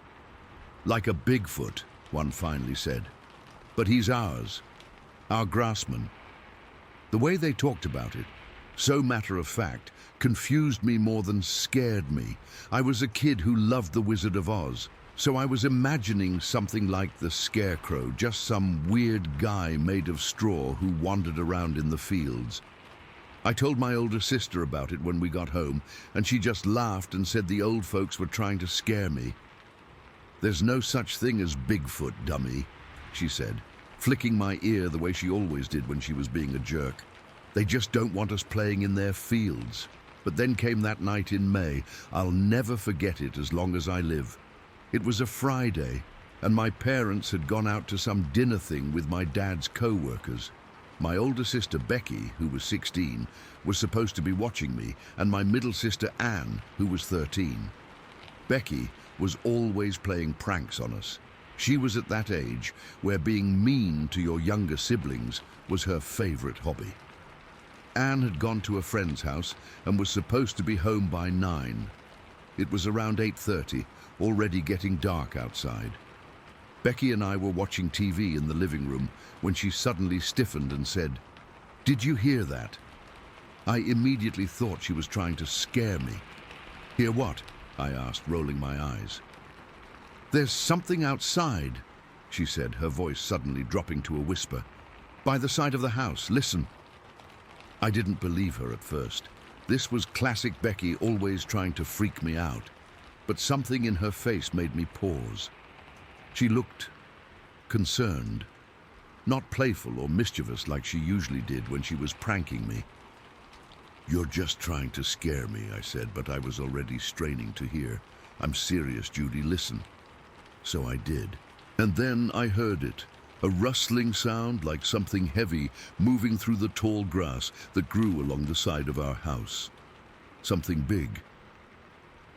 "It's probably just a deer," I said, though I didn't believe it. Deer didn't make that much noise. Becky got up and went to the window. "Holy shit," she whispered. "What is it?" I asked, not moving from the couch. "I don't know, but it's big. Come look." Part of me didn't want to. I really didn't want to. But I was also curious, and I didn't want Becky thinking I was a chicken. So I got up and went to the window. It was almost fully dark outside by then, but I could see the shape of something moving in the shadows. Something tall, taller than my dad, who was 6 feet. But I couldn't make out any details, just this massive silhouette shifting around by the side of the house. "What is that?" I whispered. Becky didn't answer. We both just stood there, watching this thing through the window. Then it moved, heading toward the back of the house where the kitchen was. "It's going around the house," Becky said. Her voice had gone all weird and tight. We both rushed to the kitchen window. Sure enough, whatever it was had come around to the back. I could hear it moving, hear this weird breathing sound, not like a person, more like when a horse blows air through its nose, but deeper. And there was a smell coming through the open window, like wet dog, but worse, mustier. And then I saw it, a massive head, rising up to look through our kitchen window. I only caught a glimpse before I stumbled backward, pulling Becky with me. The window was a good 7 feet off the ground outside. Whatever this thing was, it was tall enough to look in without even stretching. "What the fuck is that?" Becky whispered. And I knew she wasn't faking now because Becky never swore in front of me unless she was really upset. "I don't know," I said. My heart was pounding so hard I could feel it in my throat. "Maybe it's a bear." But I knew it wasn't a bear. Bears don't stand that tall. We stood frozen in the kitchen, listening as the thing continued to move around the house. It was checking every window, I realized, like it was looking for a way in, or looking for us. And then I remembered Anne was due home any minute. She would be walking up to the front door, having no idea that this thing was out there. "Anne's coming home," I whispered to Becky.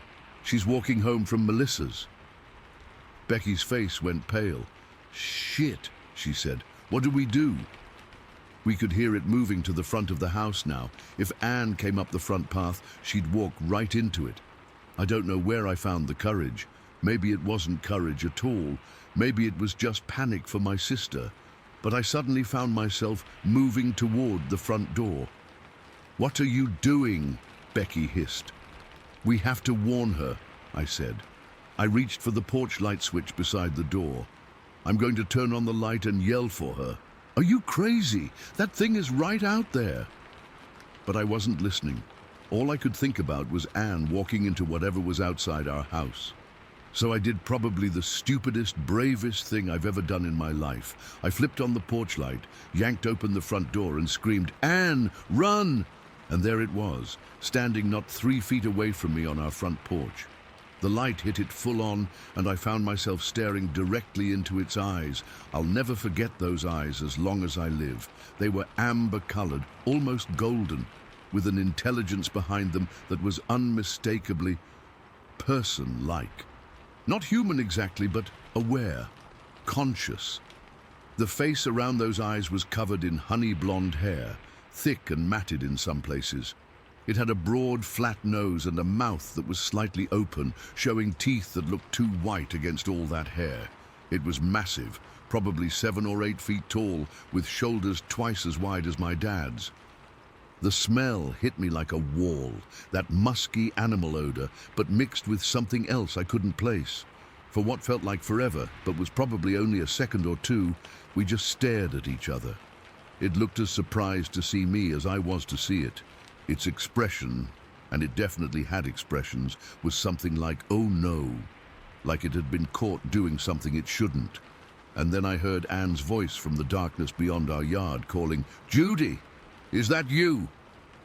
The creature's head snapped toward the sound. I could see Anne now, running up the path toward our house, toward this thing that was standing on our porch.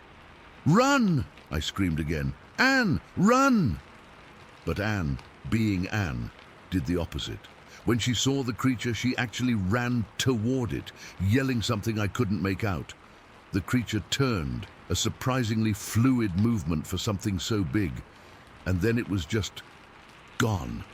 It moved so fast I couldn't even track which direction it went. 1 second it was there, the next it had vanished into the darkness beyond our yard.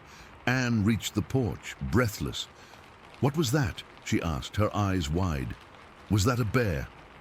I couldn't speak. My legs gave out and I sat down hard on the porch, shaking all over. Becky came out and pulled us both inside, locking the door behind us. "Did you see it?" I finally managed to ask Anne. "I saw something big," she said. "I thought you were in trouble, so I ran to help." "You ran toward it," Becky said, her voice full of disbelief. "You absolute idiot." "I didn't know what it was," Anne defended herself. "I just heard Judy screaming." We stayed up all night, the 3 of us huddled in Becky's room with the lights on. We kept the doors locked and pushed a dresser in front of Becky's window. But the creature never came back. And here's the strangest part. We never talked about it again. Not the next day, not ever. When our parents came home, we didn't tell them. When we went to school on Monday, we didn't tell our friends. It was like we all collectively agreed to pretend it never happened, without ever discussing that agreement. In fact, I completely forgot about it. Like, literally forgot about the entire incident for 6 decades. 61 years of my life went by. and I never once recalled standing face to face with what I now know must have been a Bigfoot, or as the locals called it, a grassman. Then last year, I was watching that show, Finding Bigfoot, on TV. They were talking about eyewitness encounters, and suddenly it all came flooding back. Every detail, every smell, every second of that night. It hit me so hard I actually gasped out loud. My husband asked what was wrong, and I couldn't even explain it to him. The next day I called my sister Anne. We're both in our 70s now, living in different states. I hadn't spoken to her in months. "Do you remember that night at George Field?" I asked her, not even sure if she'd know what I was talking about.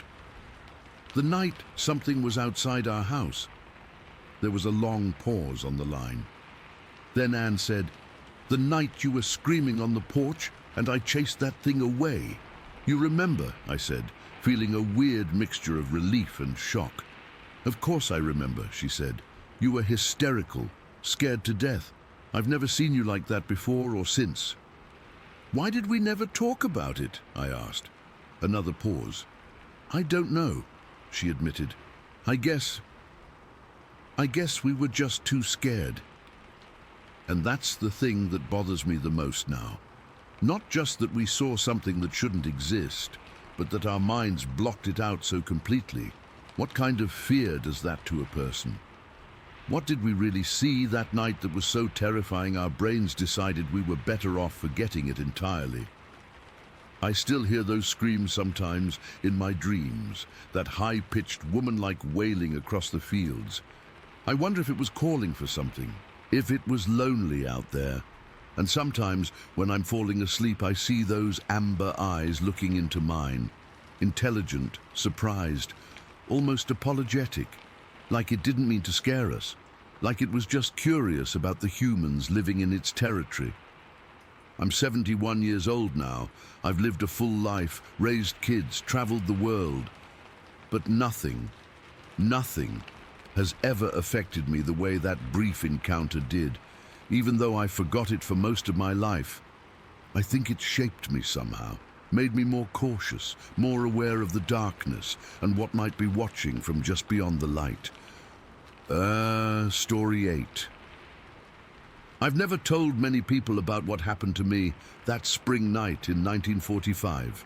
I was just 11 years old, staying at our family cabin near El Dorado in White County. We called the area Sandy Run. It was this beautiful spot with a small lake surrounded by dense woods. There were only 4 cabins out there, and most weekends ours was the only one with people in it. My parents loved that cabin. It was their escape from everyday life, and we'd go there almost every weekend during the warmer months. That particular weekend started like any other. Dad drove us out Friday evening after he finished work at the factory.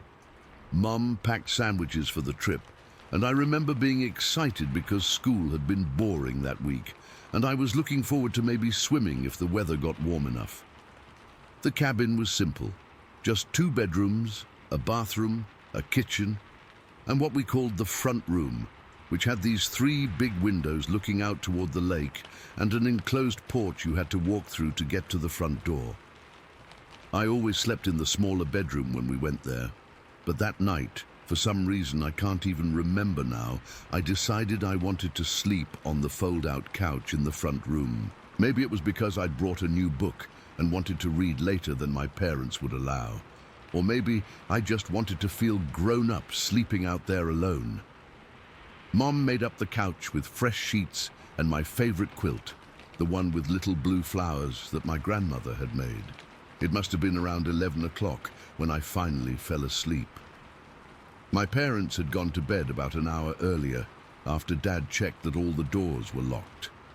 I remember hearing some whip-poor-wills calling outside and the occasional splash from the lake, probably fish jumping.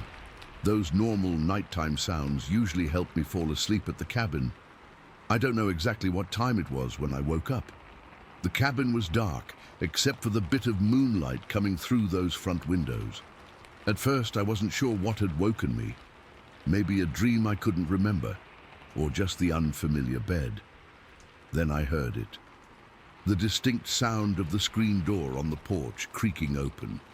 My first thought was that maybe Dad had gotten up to go to the bathroom and had stepped outside for some reason. But then I realized that made no sense. The bathroom was inside, and why would he go out onto the porch in the middle of the night? I lay perfectly still, straining my ears. The sound that came next still makes my skin crawl when I think about it. Heavy footsteps crossing the wooden porch. Slow, deliberate steps, like something was trying not to make noise, but was too heavy to move silently. And they were coming toward the house. I was frozen. I wanted to call out for my parents, but my voice wouldn't work. All I could do was stare at those 3 windows, watching as something moved past the first one. The moonlight wasn't bright enough for me to make out details, just a large, dark silhouette that blocked out the night sky behind it as it moved. It passed the second window, moving slowly. It was tall, much taller than my dad, who was 6 feet, and it was broad, with what looked like wide shoulders. When it got to the third window, the one right next to the door, it stopped. I held my breath. I could hear my heart pounding in my ears. Then it leaned down, and for the first time, I could see part of its face pressed against the glass of the door. What I saw wasn't a man. It wasn't anything I recognized. The face was large, with a pointed shape at the top, not like a hat, but like its actual head was pointed. And even in the dim moonlight, I could see that it was covered in what looked like reddish-brown hair. Not a beard, but hair all over its face. Its eyes caught the moonlight somehow, reflecting it back in a way that made them look like they were glowing. It was looking straight at me. I could feel it staring, even though I couldn't make out its eyes clearly. I was still paralyzed with fear, clutching my quilt up to my chin. It stayed there for what felt like forever, but was probably only seconds. Its face pressed against the glass, looking in at me. Then it moved its hand up to the door. I heard the doorknob rattle slightly. That broke whatever spell had been holding me in place. I threw off my quilt and ran as fast as I could to my parents' bedroom. I didn't scream. I don't know why. Maybe I was too scared to make a sound. I just ran, pushed their door open, and dived into their bed, crawling between them. "Rebecca, what in the world?" My mother's voice was groggy with sleep. "There's someone outside," I whispered, trembling so hard the whole bed was shaking. "There's someone looking in the door."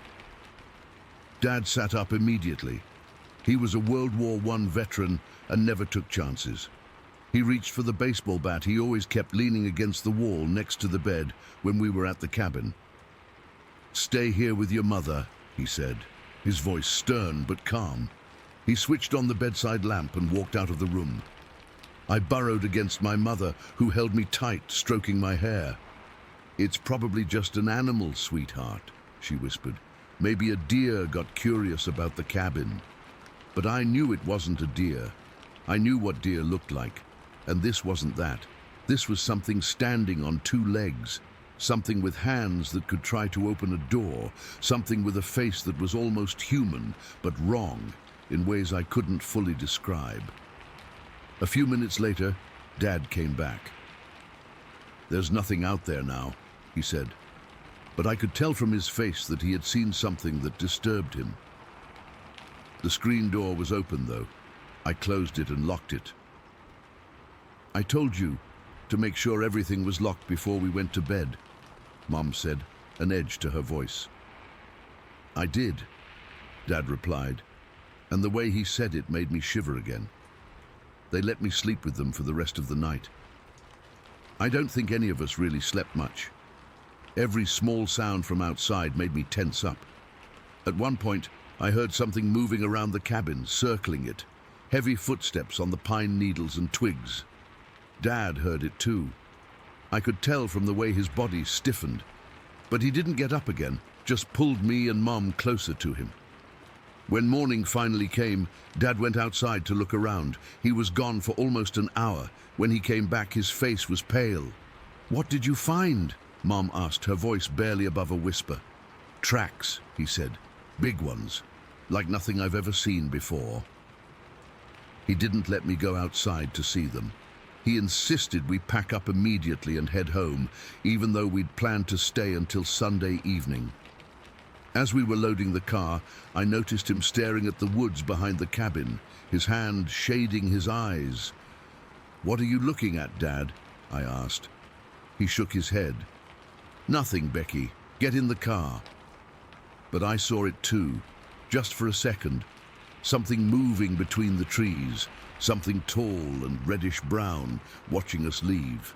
The strangest part is that after we got home, nobody talked about what happened. Not that day, not the next day, not ever.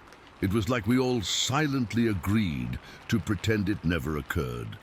But I know my father reinforced the doors at the cabin the next time he went out there, and after that night, I was never allowed to sleep in the front room again.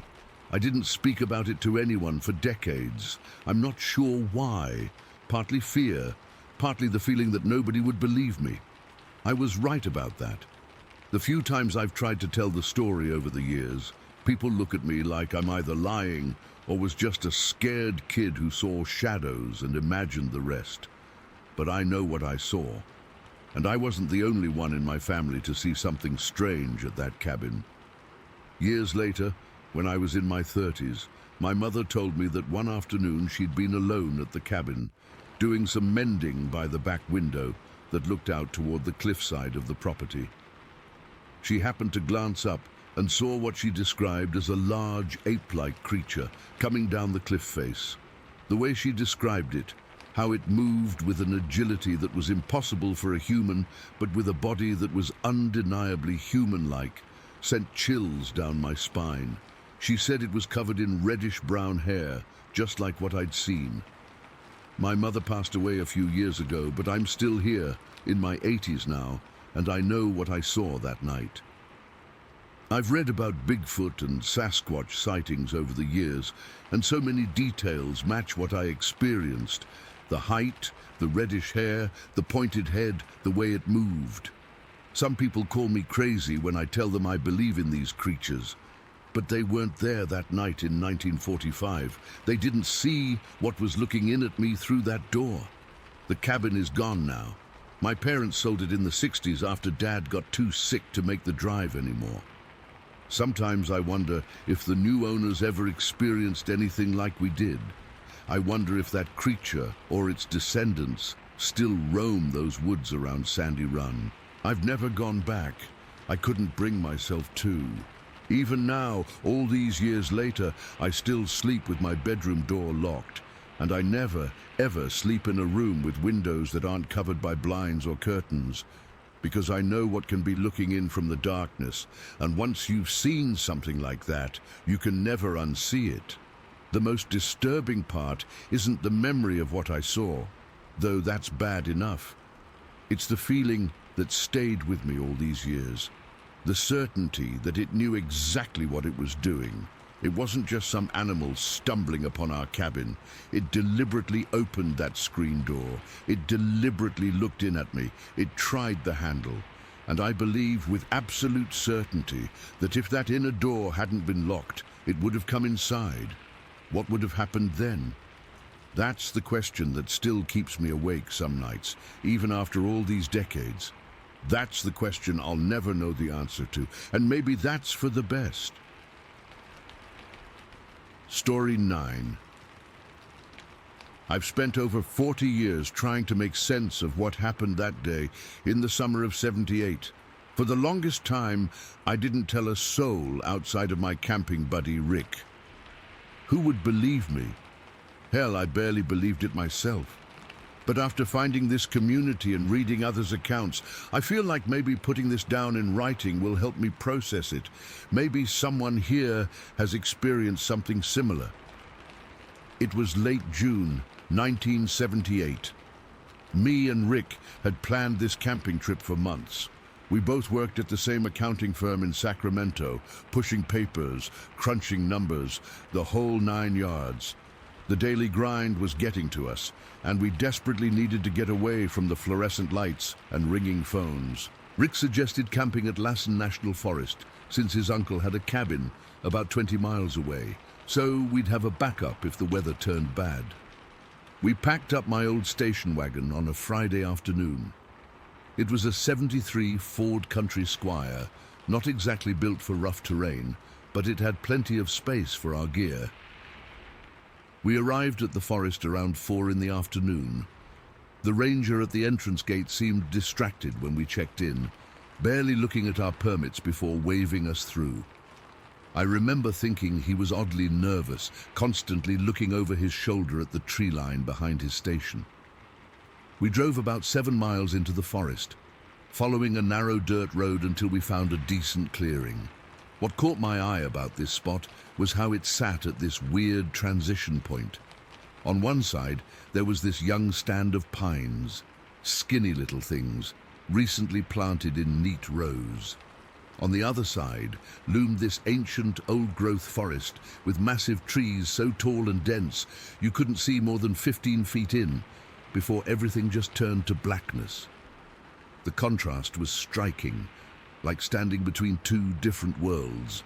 The weather was perfect that day, clear blue skies, temperature in the mid-70s, just a light breeze. We set up our tent about 20 feet from where we parked the car. It was one of those heavy canvas jobs, army green, nothing fancy but reliable. Rick started unpacking our cooler while I gathered wood for a fire. That's when I noticed the silence.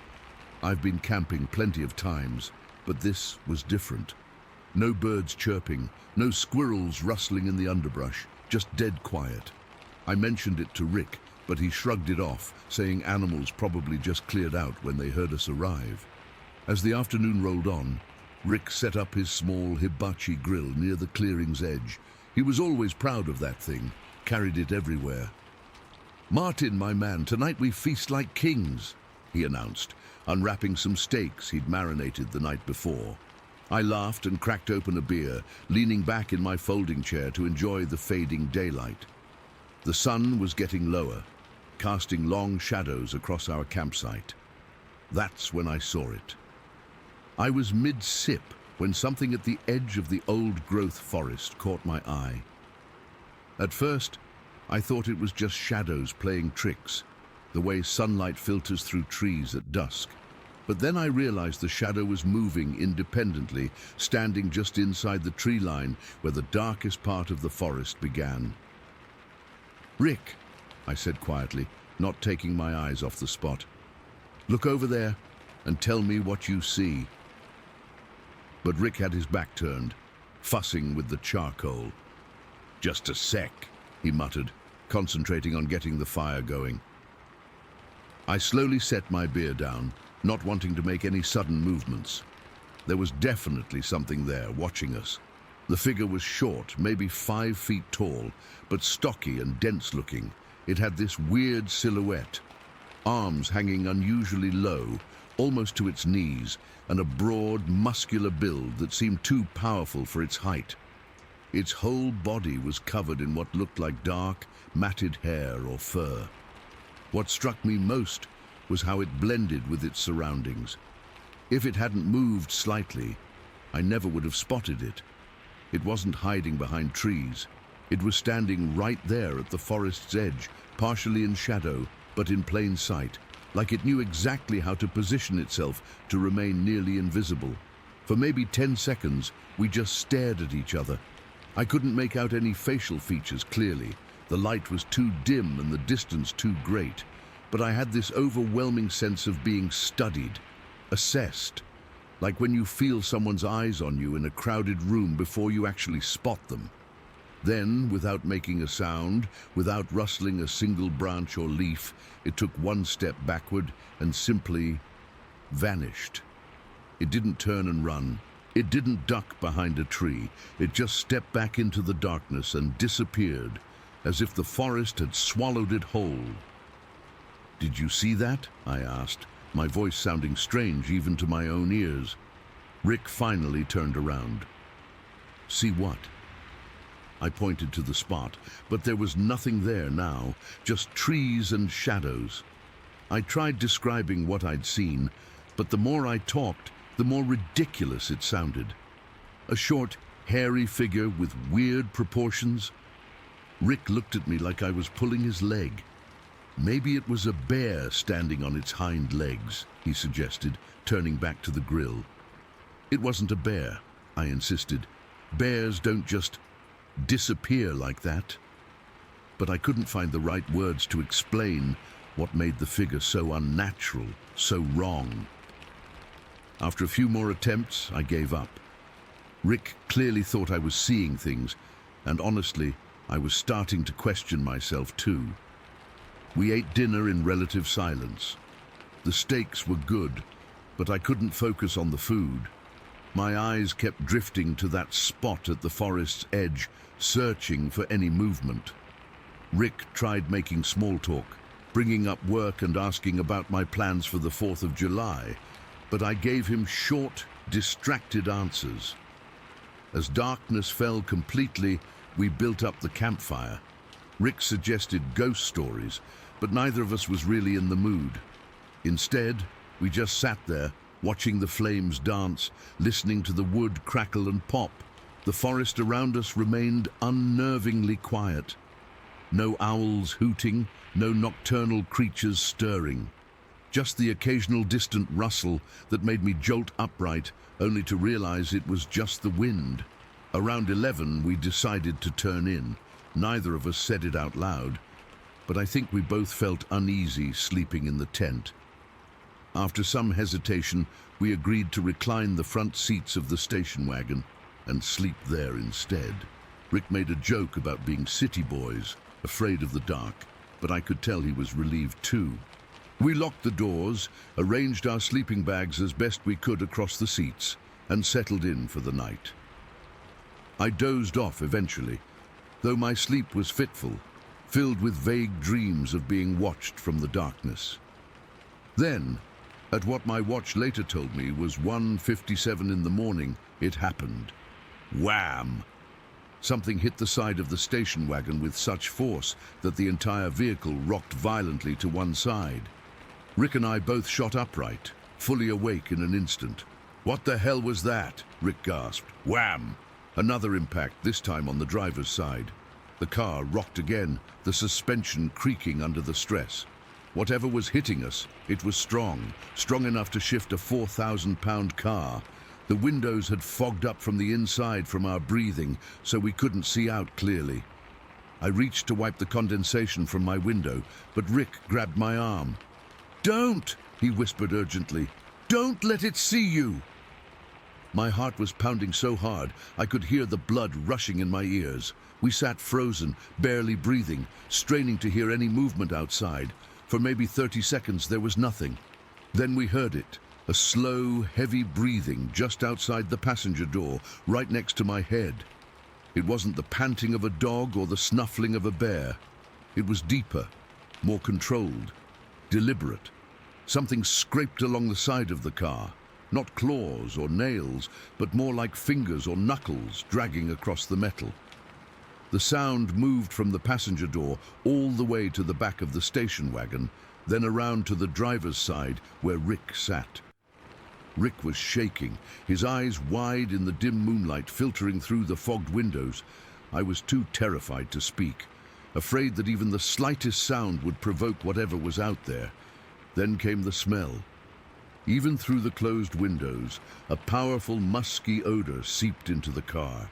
It was unlike anything I'd ever encountered, not the typical skunk-like smell of a startled bear or the gamey scent of deer. This was more primal, more pungent, like wet fur mixed with something rotten, yet also oddly human, in a way I can't properly explain. Another impact against the rear of the car pushed us forward in our seats.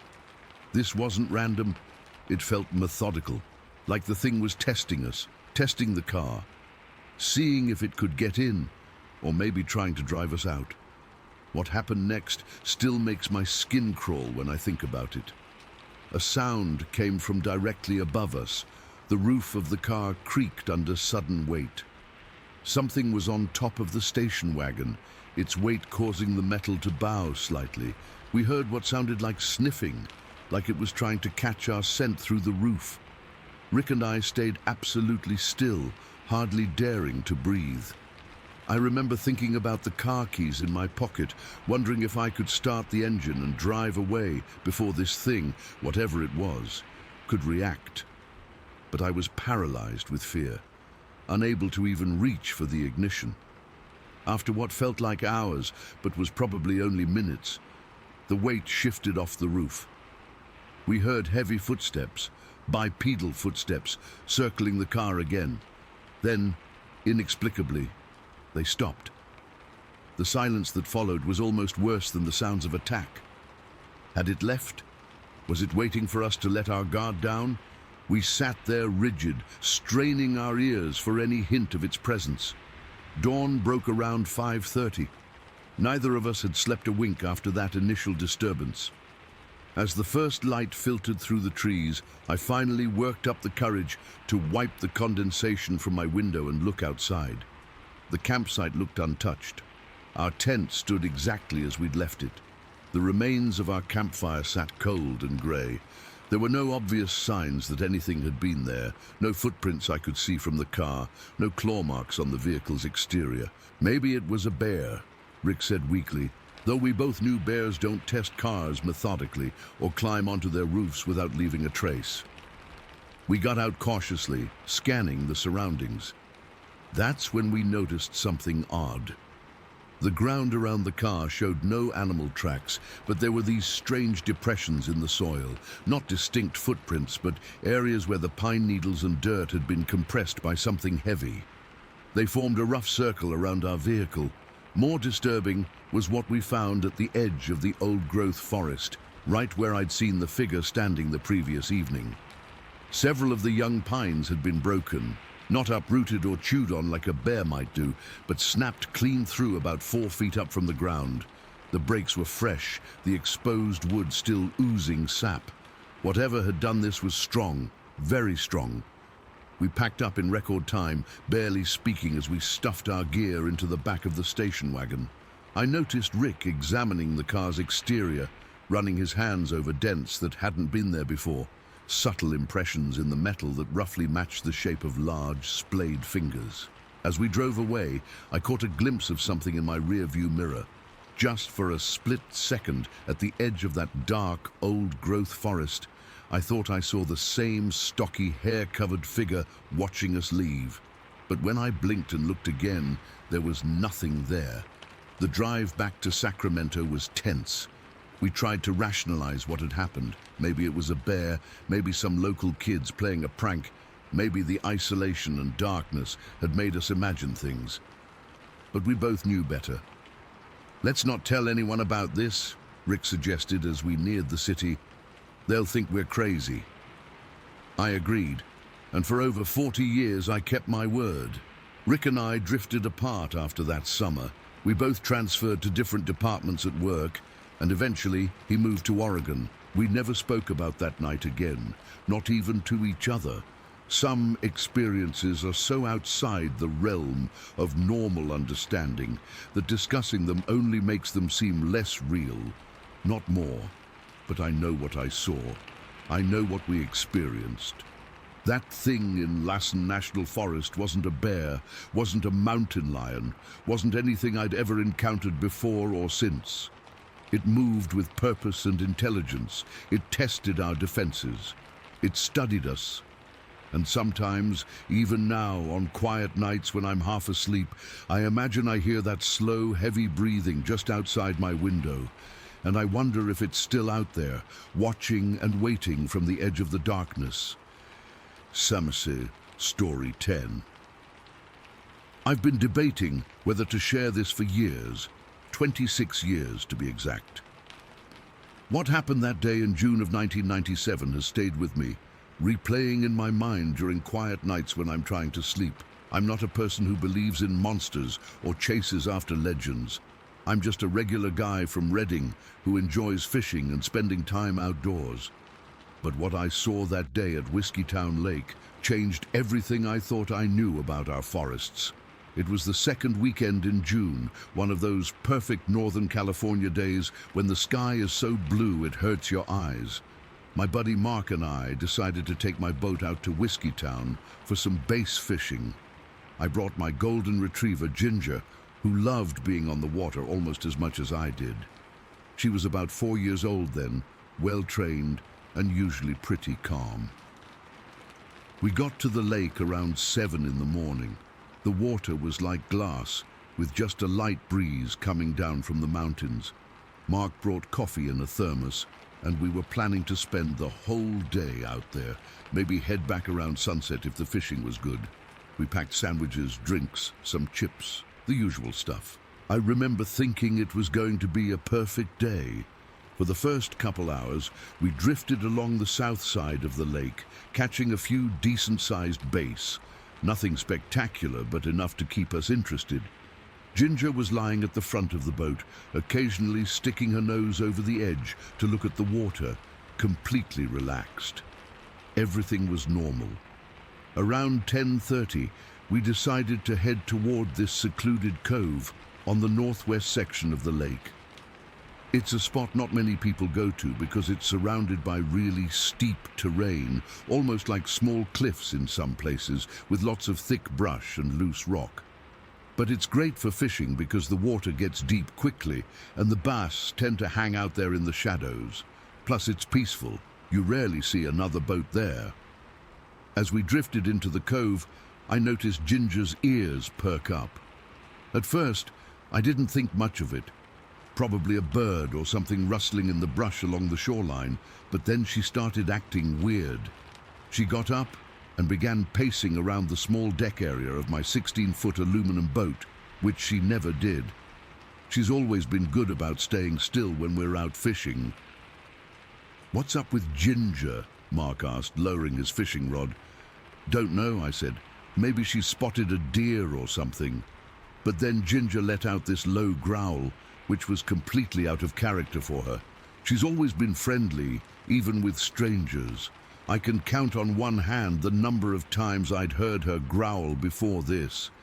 That's when I noticed something moving on the shoreline, maybe 75 yards away. At first I thought it was just shadows from the trees, but then I realized it was too solid, too deliberate in its movement. "Mark," I said quietly, nodding toward the shore. "You see that?" Mark turned, squinting against the sun. "What am I looking at?" And then we both saw it clearly. Coming down the steep hillside was a figure, not a human figure, at least not like any human I've ever seen. This thing was tall, really tall. I'm 6'1", and this was easily 7 or 8 feet in height. It was covered in hair, not fur exactly, but long, dark brown, shaggy hair all over its body. The strangest part wasn't just what it looked like, but how it moved. That hillside is treacherous, loose rocks, thick brush, steep in places. I've hiked it once before and had to use my hands in spots to keep from sliding. But this thing was moving down it with these smooth, fluid strides. No hesitation, no stumbling, just deliberate steps like it knew exactly where to place its feet. By this point, Ginger was going absolutely crazy. She started barking frantically, running back and forth on the boat, almost tipping us a couple times. Mark grabbed her collar to keep her from jumping into the water. "Jesus Christ," Mark whispered. "What the hell is that thing?" I couldn't answer. My mouth had gone completely dry. I just sat there, gripping my fishing rod so tight my knuckles were white, watching this creature make its way down to the water's edge. When it reached the shoreline, the thing stopped. It just stood there for a moment, completely still. I swear it felt like it was looking right at us, though I couldn't make out any facial features from that distance. Just a dark mass where a face should be. Then it did something I'll never forget. It reached down with its left arm, which hung much lower than a normal human's would, and started sweeping it through the water like it was searching for something. The movement was so deliberate, so purposeful. It wasn't drinking or playing in the water. It was looking for something specific. Ginger was now howling, a sound I'd never heard from her before or since. It wasn't a bark or a growl. It was a primal, fearful sound that made the hair on the back of my neck stand up. "Should we leave?" Mark asked, his voice barely audible over Ginger's howling. I couldn't even respond. I was frozen. All my instincts were screaming at me to start the motor and get the hell out of there, but I couldn't move. It was like my body wasn't receiving signals from my brain anymore. After what felt like forever, but was probably only 10 or 15 seconds, the creature straightened up. It stood there for another moment, then turned and started climbing back up the hill. That's when I really got scared. The way it went up that steep hillside, it wasn't natural. It took these massive strides, covering ground that would have taken me minutes to climb in mere seconds. There was power in those movements, but also this bizarre agility. It wasn't struggling on the loose rocks or getting caught in the brush. It was just powering through everything, like it was walking on a paved road. And then it was gone, vanishing into the tree line at the top of the hill. The silence that followed was deafening.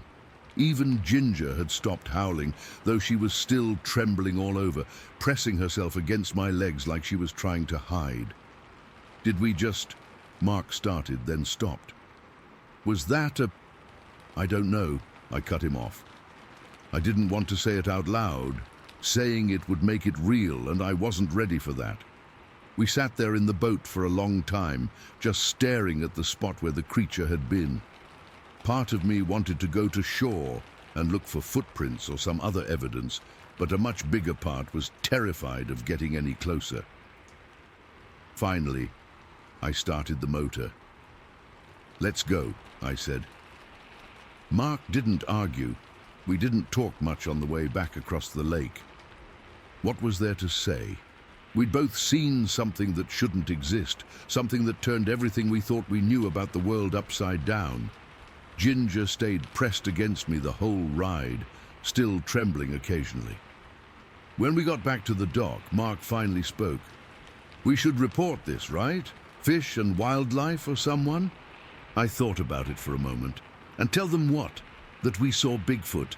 They'll think we're nuts or drunk or both." "But what if it's dangerous? What if it hurts someone?" "It didn't seem aggressive," I said, surprising myself with the words. "It was just doing its thing. It didn't even seem bothered by us."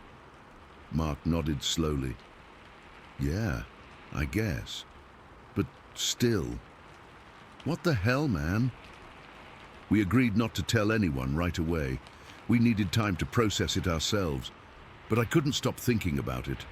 For days afterward, I barely slept. I kept seeing those fluid movements, that deliberate way it searched the water. I kept hearing Ginger's howls. Every time I closed my eyes, I was back in that cove. About 3 weeks later, my cousin Brian came to visit from Oregon. He's an avid fisherman too, so naturally, I took him out to Whiskeytown. I didn't tell him about what happened. I was still processing it myself, and honestly, I didn't want him to think I was crazy. Mark came along too, though he was noticeably reluctant.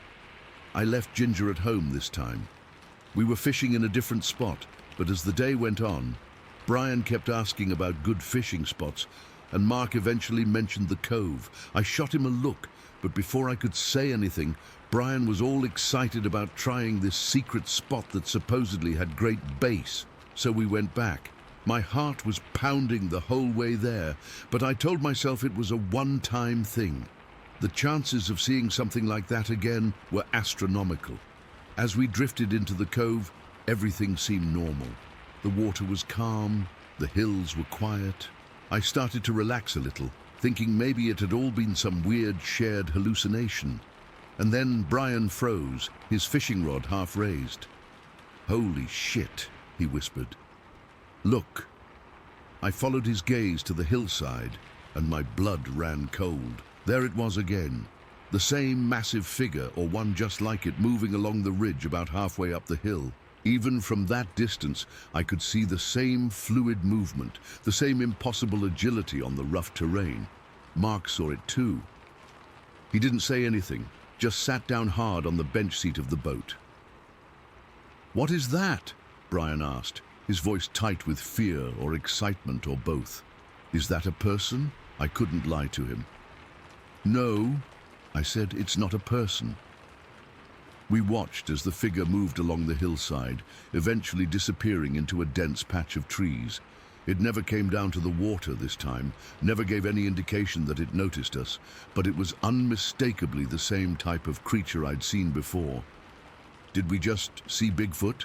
Brian asked, his voice somewhere between a whisper and a laugh. "That's impossible, right?" I didn't answer. Nothing seemed impossible anymore. The drive home was quiet. Brian kept asking questions I couldn't answer. Mark didn't say much of anything. I felt like I was in a daze, like the world had shifted somehow and I was still trying to find my footing. That night, after Brian and Mark left, I sat on my porch for hours, just staring into the darkness of my backyard. Ginger lay at my feet, more subdued than usual, like she could sense something was wrong. I kept thinking about what we'd seen, not just the creature itself, but the way it moved, the purpose in its actions. It wasn't wandering aimlessly. It knew exactly what it was doing, where it was going. It belonged there in a way that made me feel like the intruder. I've gone back to Whiskeytown many times since then, but never to that cove. I can't bring myself to go there again. Ginger wouldn't get on the boat for almost a year after that first encounter. Even now, she gets anxious when we go near the lake. I've told very few people about what happened. Most would think I'm crazy or making it up, but I know what I saw. Mark knows. Brian knows. And somewhere in the hills around Whiskeytown Lake, that creature is still there, moving with impossible grace through terrain that would challenge even the most experienced hiker, searching the water for something only it understands. I don't know what it was. Sasquatch, Bigfoot, some undiscovered species. The name doesn't really matter.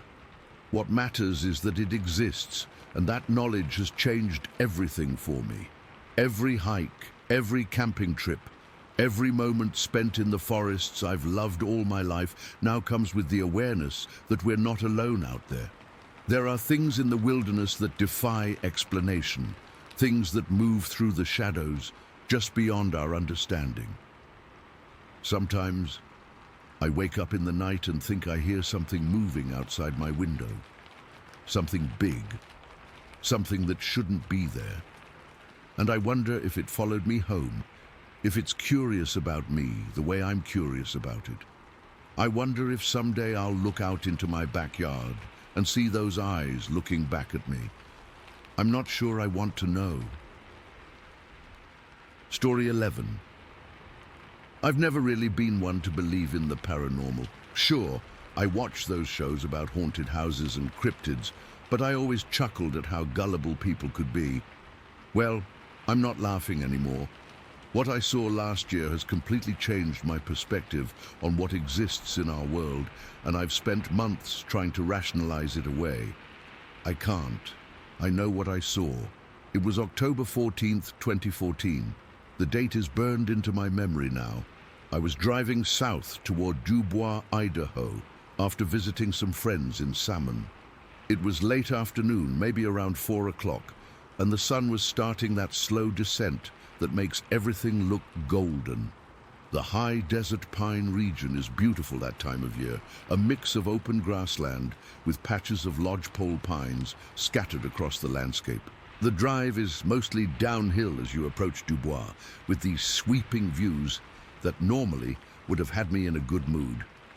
I had my music playing, some old Pearl Jam album, and my window cracked just enough to let in that crisp mountain air.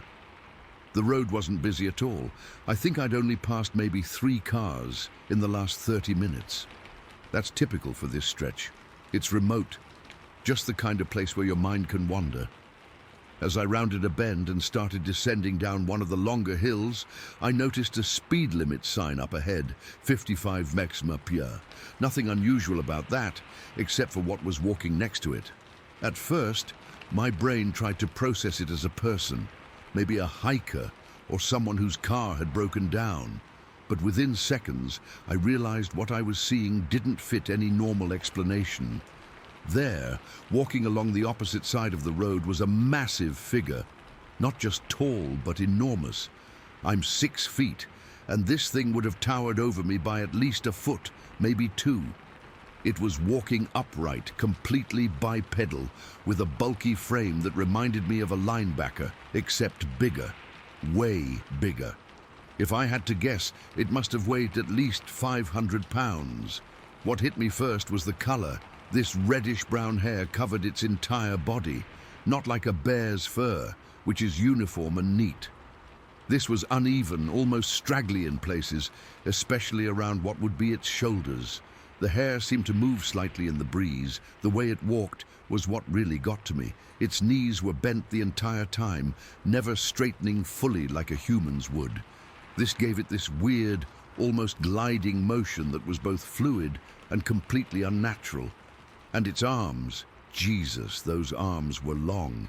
They swung naturally at its sides, but the hands, if you could call them that, hung down almost to its knees.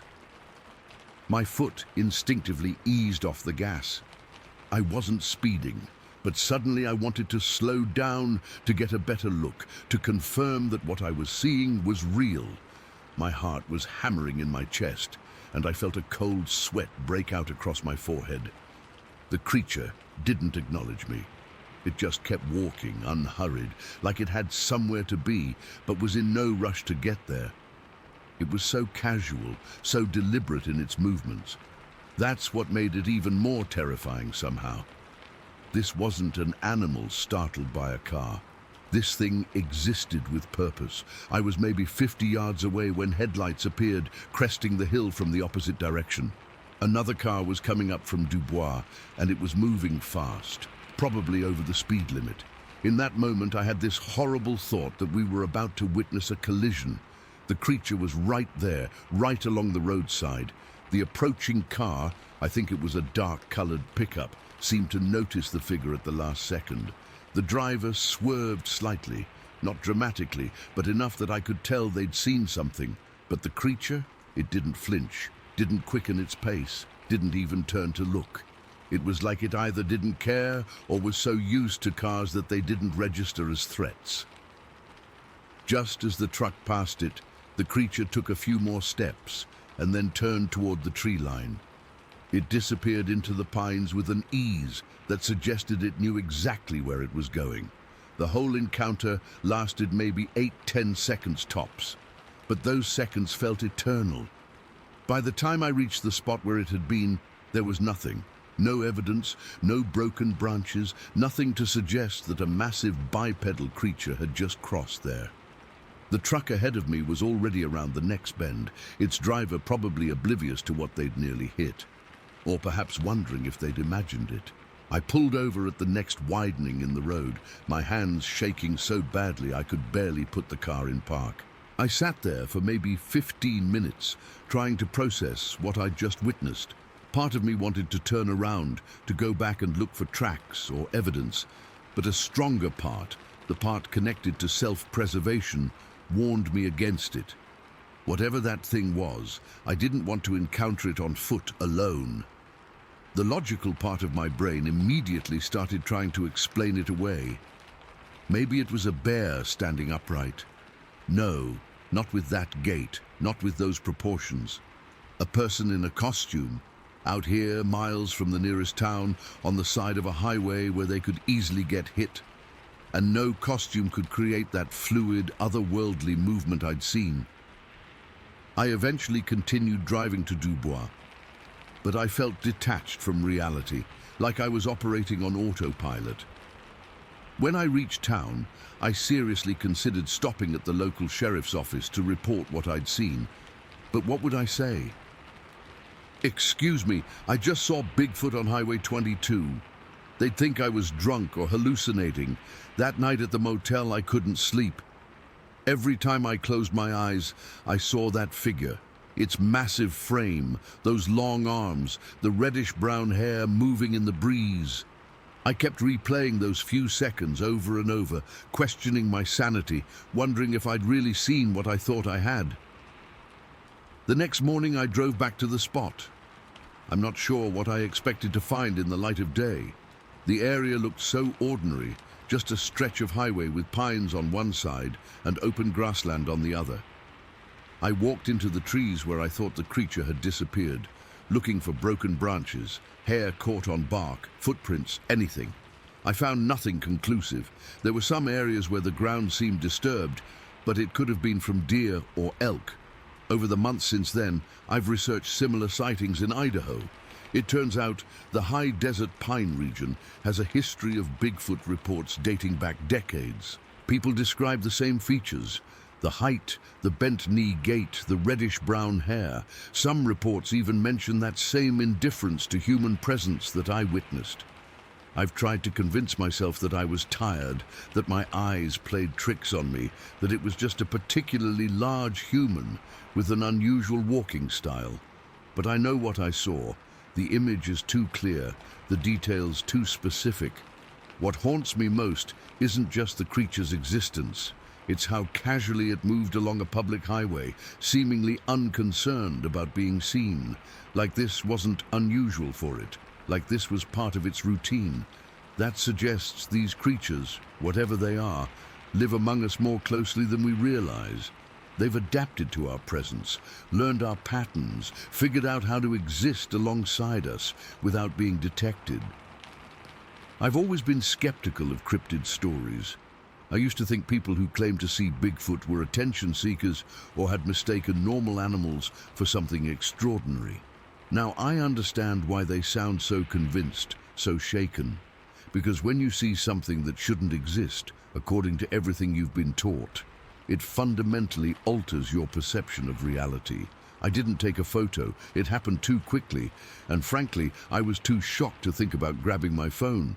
I know that makes my account easier to dismiss, but I also know that even if I had taken a picture, people would just claim it was fake or misidentified. That's how these things go. Sometimes I wonder about that other driver, the one in the pickup that swerved. Did they see what I saw? Do they lie awake at night too, questioning what they encountered on that lonely stretch of road? Or did they dismiss it as a trick of the light, their mind filling in details that weren't really there? I drive that route occasionally for work, and each time I find myself scanning the tree line, half hoping, half dreading to see that figure again. I've started carrying a better camera in my car, just in case. But deep down, I know the odds of a second encounter are slim. These creatures, if there are more than one, have survived precisely because they're good at staying hidden. The strangest part is that I don't feel afraid when I think about it anymore. Initially, yes, I was terrified. But now I feel almost privileged to have seen something so few people ever will. To have proof, even if only in my own mind, that the world is more mysterious than we give it credit for. I've only told a few close friends about what happened. Most reacted with polite skepticism, the kind where you can tell they're humoring you. One friend suggested I report it to one of those Bigfoot research organizations, but I've held back. I'm not looking to become part of some database or have my experience picked apart by strangers. What I saw that day near Dubois wasn't a bear, wasn't a person, wasn't any known animal native to Idaho. It was something science hasn't classified, something that exists in the spaces between our understanding. I can't prove it to anyone else, and I've made peace with that. But I know what I saw. The creature with the bent knees and long arms, with its reddish-brown hair and its half-ton frame, moving with a purpose along a highway where it had no business existing. It was real as the road I drove on or the air I breathed. And sometimes, when I'm driving through remote areas now, I find myself watching the spaces between the trees with new eyes. Because now I know we're not alone out there. We never have been. We're just usually too busy, too distracted, too certain of our understanding of the world to notice what moves in our peripheral vision. I saw it for less than 10 seconds on October 14th, 2014. But those seconds changed everything. And no matter how many people doubt me or how many years pass, I'll never forget the sight of that creature disappearing into the trees, carrying with it a secret that most people will live their entire lives without glimpsing. Story 12. It was October 10th, 2012. My hunting buddy Dave and I had been planning this trip for months. We'd drawn tags for the Hell's Canyon Wilderness in eastern Oregon, and we were pumped to get out there for opening weekend of deer season. We'd been hunting together for about 7 years, and Dave's as level-headed as they come. Ex-military, doesn't scare easy, doesn't drink when we're hunting. I need to mention that because what we experienced wasn't some alcohol-induced hallucination. We arrived at our spot around noon after a long drive, and then a pretty rough hike in with all our gear. The location was remote, about 12 miles from the nearest maintained road. We set up our camp at the base of this steep slope, thinking it would give us some protection from the wind.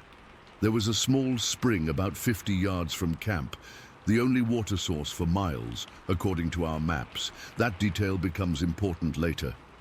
We spent that afternoon scouting the area, looking for deer sign, checking game trails, the usual stuff.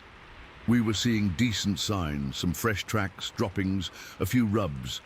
Nothing spectacular, but enough to keep us optimistic for the morning hunt. The weather was perfect.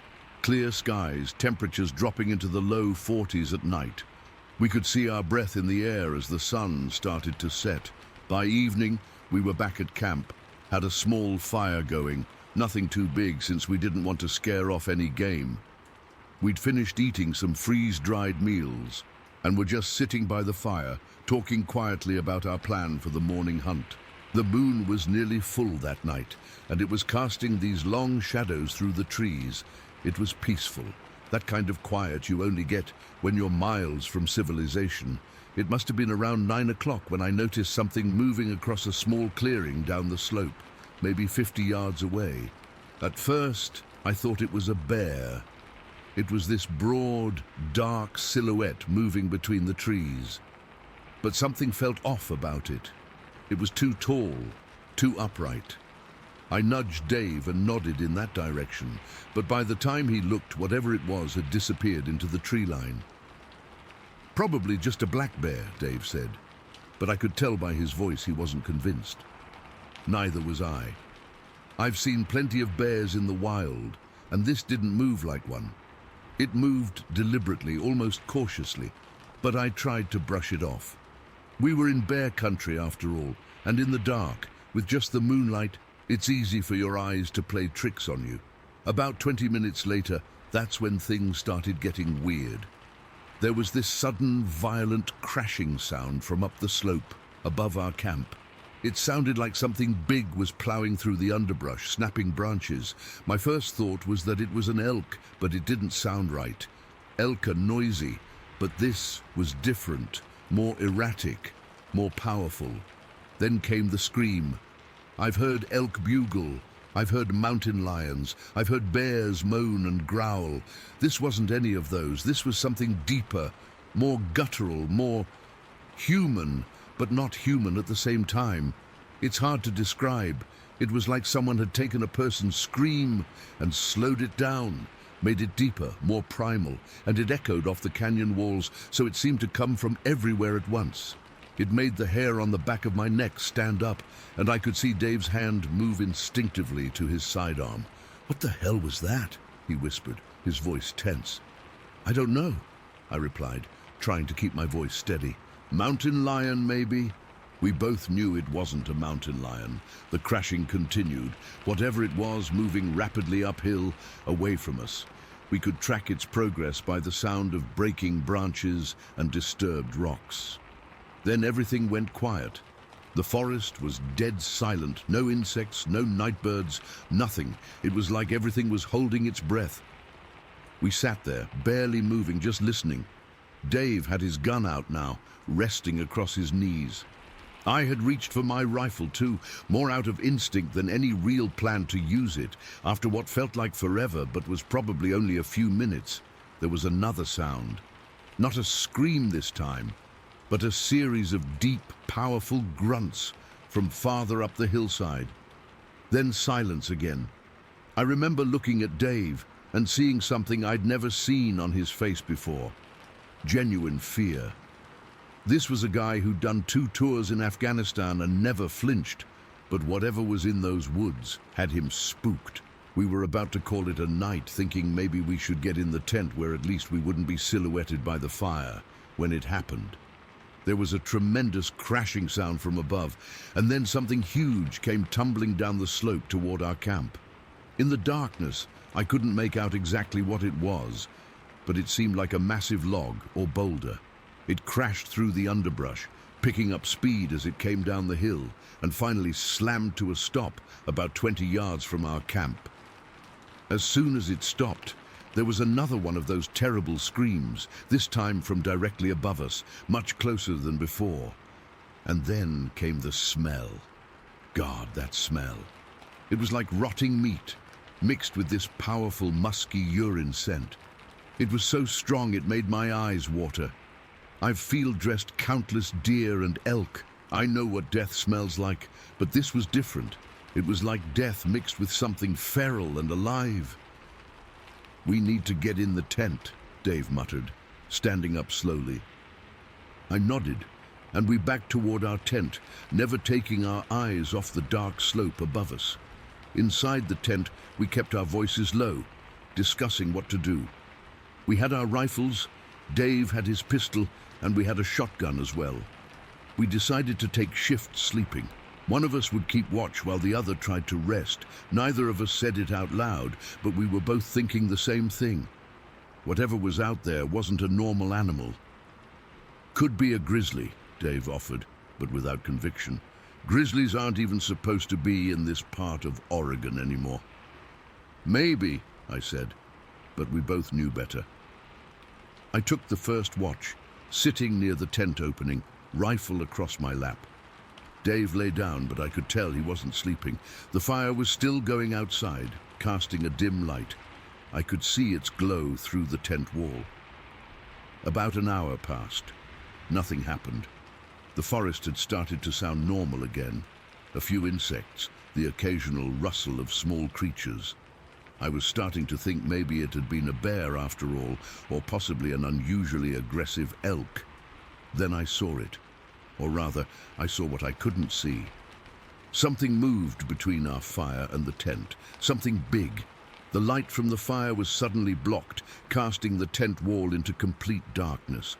Whatever it was moved slowly, deliberately.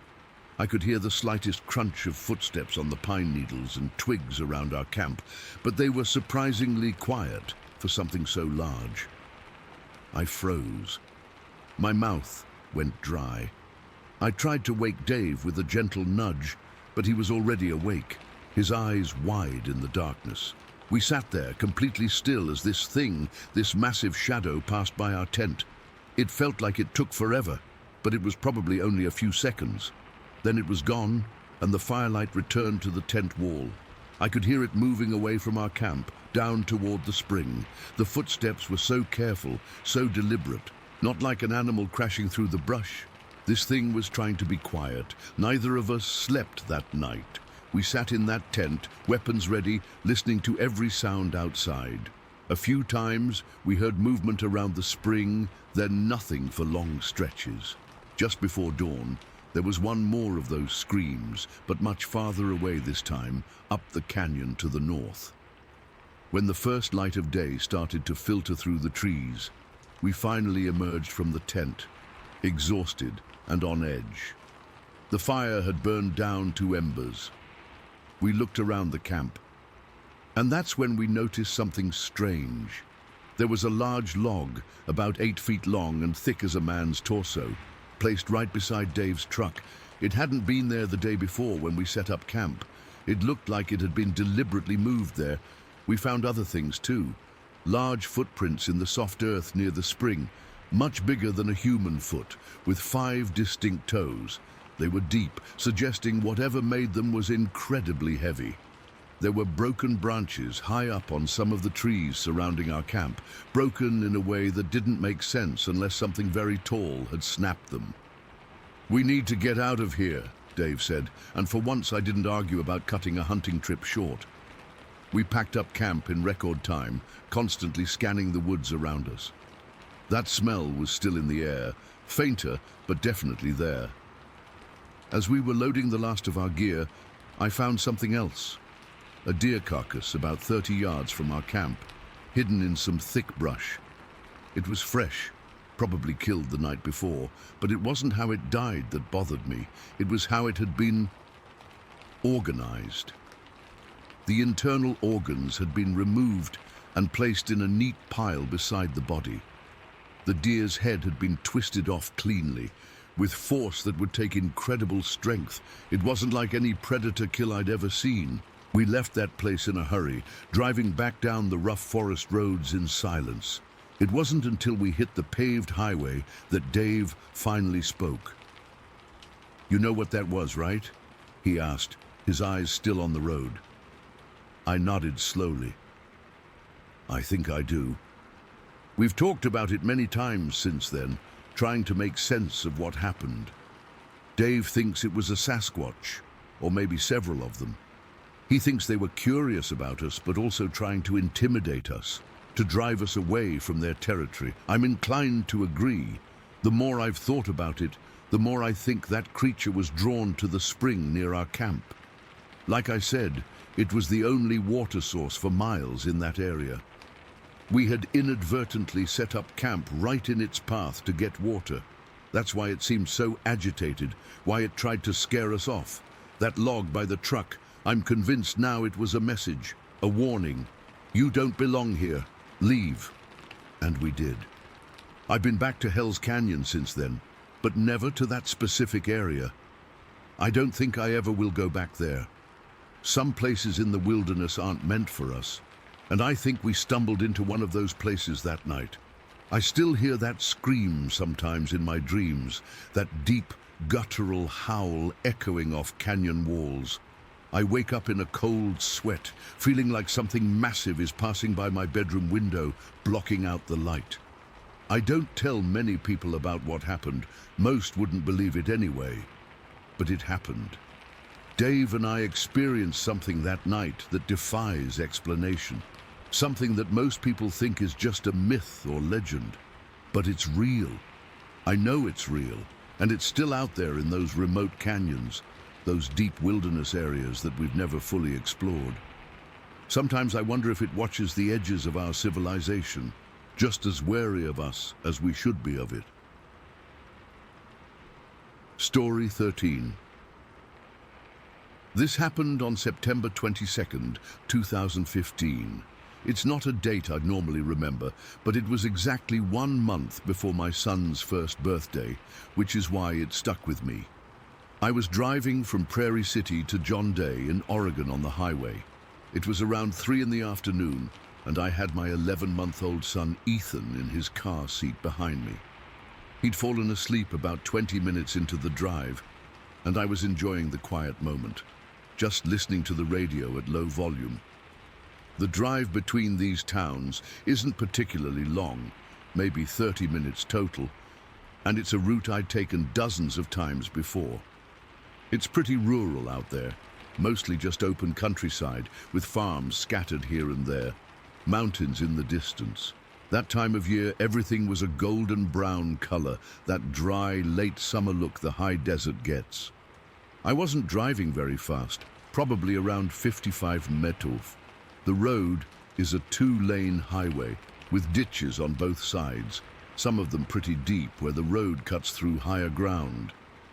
I remember I was thinking about what groceries I needed to pick up in John Day before heading home, mentally making a list. As I approached Art Morgan Road, which is basically just a turnoff with a road sign, nothing special, something caught my eye to the left side of the road. At first, it just registered as movement, something dark rising up from the ditch. My brain initially tried to categorize it as a deer or maybe an elk, since they're common in the area. But in the split second that followed, I realized what I was seeing was much, much bigger than a deer. The thing literally just stepped up out of the ditch, and I don't mean climbed carefully. It essentially mounted the 4 or 5 foot embankment in a single fluid motion, like someone stepping up onto a curb. Then it crossed the entire highway in 2 strides. 2 strides. I'm not exaggerating when I say this thing was enormous. It had to be over 7 feet tall, maybe even 8. It wasn't just tall, though. It was massive in every dimension. The shoulders were incredibly broad, easily twice the width of a large man, and its arms and legs looked thick and powerful, like tree trunks covered in hair.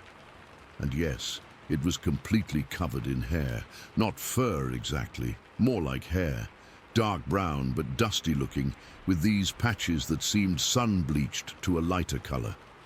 There was this distinct slash of grey across its upper back, like a streak someone might get in their hair as they age.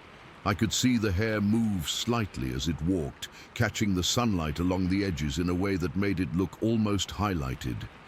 The way it moved is something I'll never forget. It was fast, incredibly fast for something so large, but not at all awkward or lumbering like you might expect. It was fluid and deliberate, almost graceful in a strange way. Its arms swung naturally at its sides, but they hung lower and wider than a human's would. And it was quiet, completely, unnaturally quiet. I had my windows up and the radio on, but still, something that big crossing a road should make some kind of noise, right? It never hesitated, never looked toward my car, just crossed with purpose and disappeared down into the ditch on the other side of the road. The entire sighting lasted maybe 3 seconds, 4 at most. But those seconds are permanently burned into my memory. The strangest part? I didn't stop. I didn't even hit the brakes. Some survival instinct took over, and I just kept driving at exactly the same speed. My hands were gripping the steering wheel so tight my knuckles had turned white. I remember glancing in my rearview mirror repeatedly, partly to check on Ethan, who was still sound asleep, and partly because I half expected to see the thing following my car. As I passed the point where it had crossed, I looked over to the right side of the road, straining to see if I could spot it moving through the brush, but there was nothing. It had simply vanished. My heart was absolutely pounding in my chest.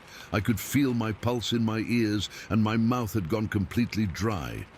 I remember thinking very clearly, that was a Sasquatch.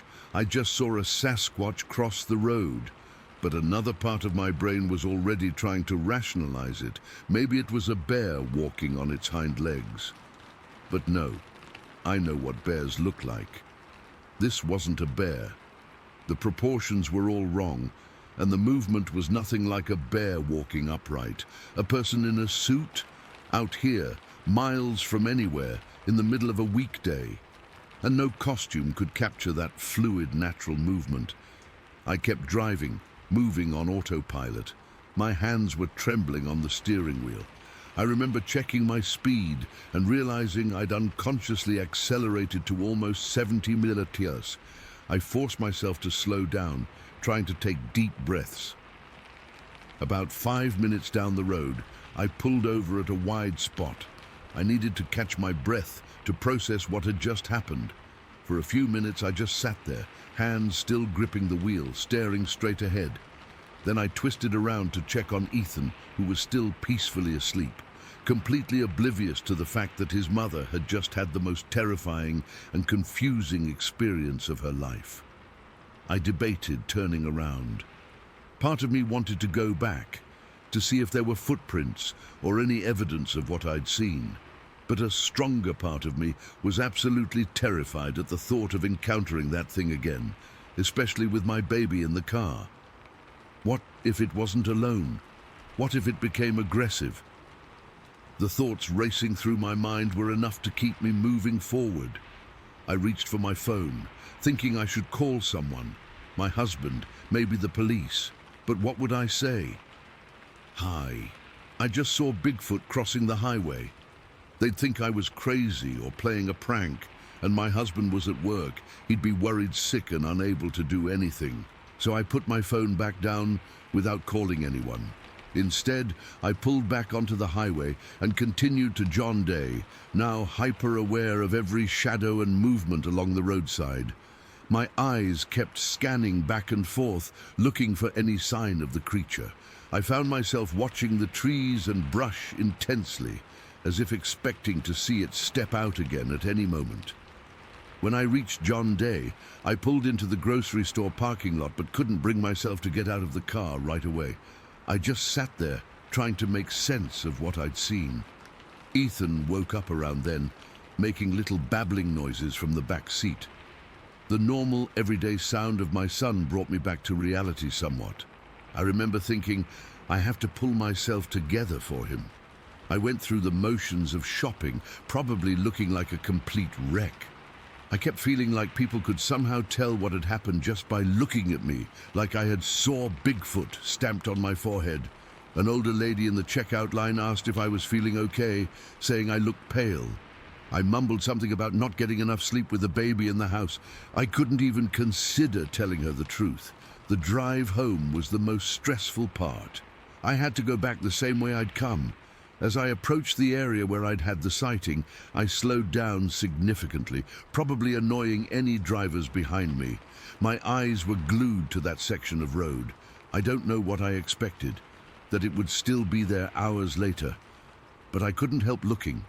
When I got to the spot, I noticed something I hadn't before. There was a small clearing beyond the ditch on the right side, where the creature had disappeared. It led to a wooded area about 50 yards from the road. I remember thinking that if it had continued in a straight line, that's where it would have gone, into those trees. The thought made me shudder. I got home safely, but I was a nervous wreck. My husband noticed immediately that something was wrong. After putting Ethan down for his nap, I broke down and told him everything. To his credit, he didn't laugh or dismiss me. He could see how genuinely shaken I was. He asked if I wanted to report it somewhere, but I couldn't see the point. Without evidence, who would believe me? That night, I couldn't sleep. Every time I closed my eyes, I saw that creature stepping out of the ditch, crossing the road in those impossible strides. I kept thinking about how close I'd been to it. If I'd been just a few seconds earlier on the road, we would have collided. The thought made my stomach turn. Over the next few days, I spent hours researching Sasquatch sightings online. I'd never been interested in this stuff before. Honestly, I'd always thought Bigfoot was just a silly myth. But now I found myself obsessively reading accounts, looking for descriptions that matched what I'd seen. And I found plenty. The height, the broad shoulders, the way the arms hung, the fluid movement. So many accounts described exactly what I had witnessed. I discovered that eastern Oregon actually has a long history of Sasquatch sightings. The John Day area, specifically, has had multiple reports over the years. Learning this didn't exactly make me feel better. If anything, it confirmed my fear that what I'd seen was real, not just some strange hallucination or trick of the light. For weeks afterward, I avoided that stretch of highway when possible. When I had to drive it, I'd feel my heart rate increase as I approached the spot. I'd grip the steering wheel tighter, scan the ditches nervously. I never saw it again, but the fear that I might was almost as bad as the original encounter. It's been years now, and I've mostly come to terms with what happened. I still drive that road regularly. You can't really avoid it living where I do, but I don't panic anymore when I pass that spot. Instead, I feel a strange mixture of fear and curiosity.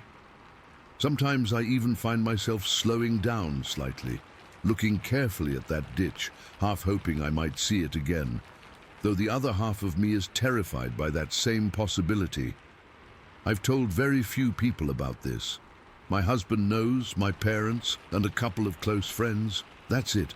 Most of them believe that I saw something, even if they're not convinced it was a Sasquatch. My dad suggested it might have been someone playing a prank, wearing some kind of costume. But I know what I saw. The fluid naturalness of its movement, the proportions of its body. No costume could replicate that. The thing that still gets me years later is the casual way it crossed that road. It wasn't sneaking or trying to hide. It was just traveling, going about its business. Like it had someplace to be and the highway was simply an obstacle in its path. That makes me think about how many of these creatures might be out there, moving through the wilderness just beyond our awareness, crossing roads when we're not looking, living entire lives that barely intersect with ours. I still drive with my eyes on the ditches now.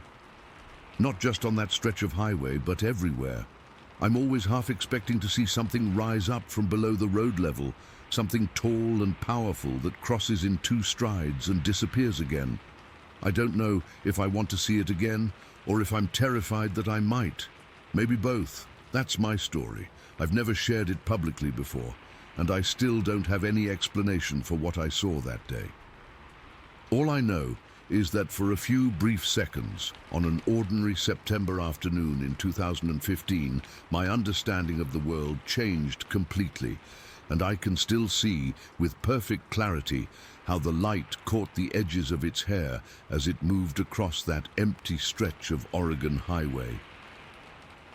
Story 14.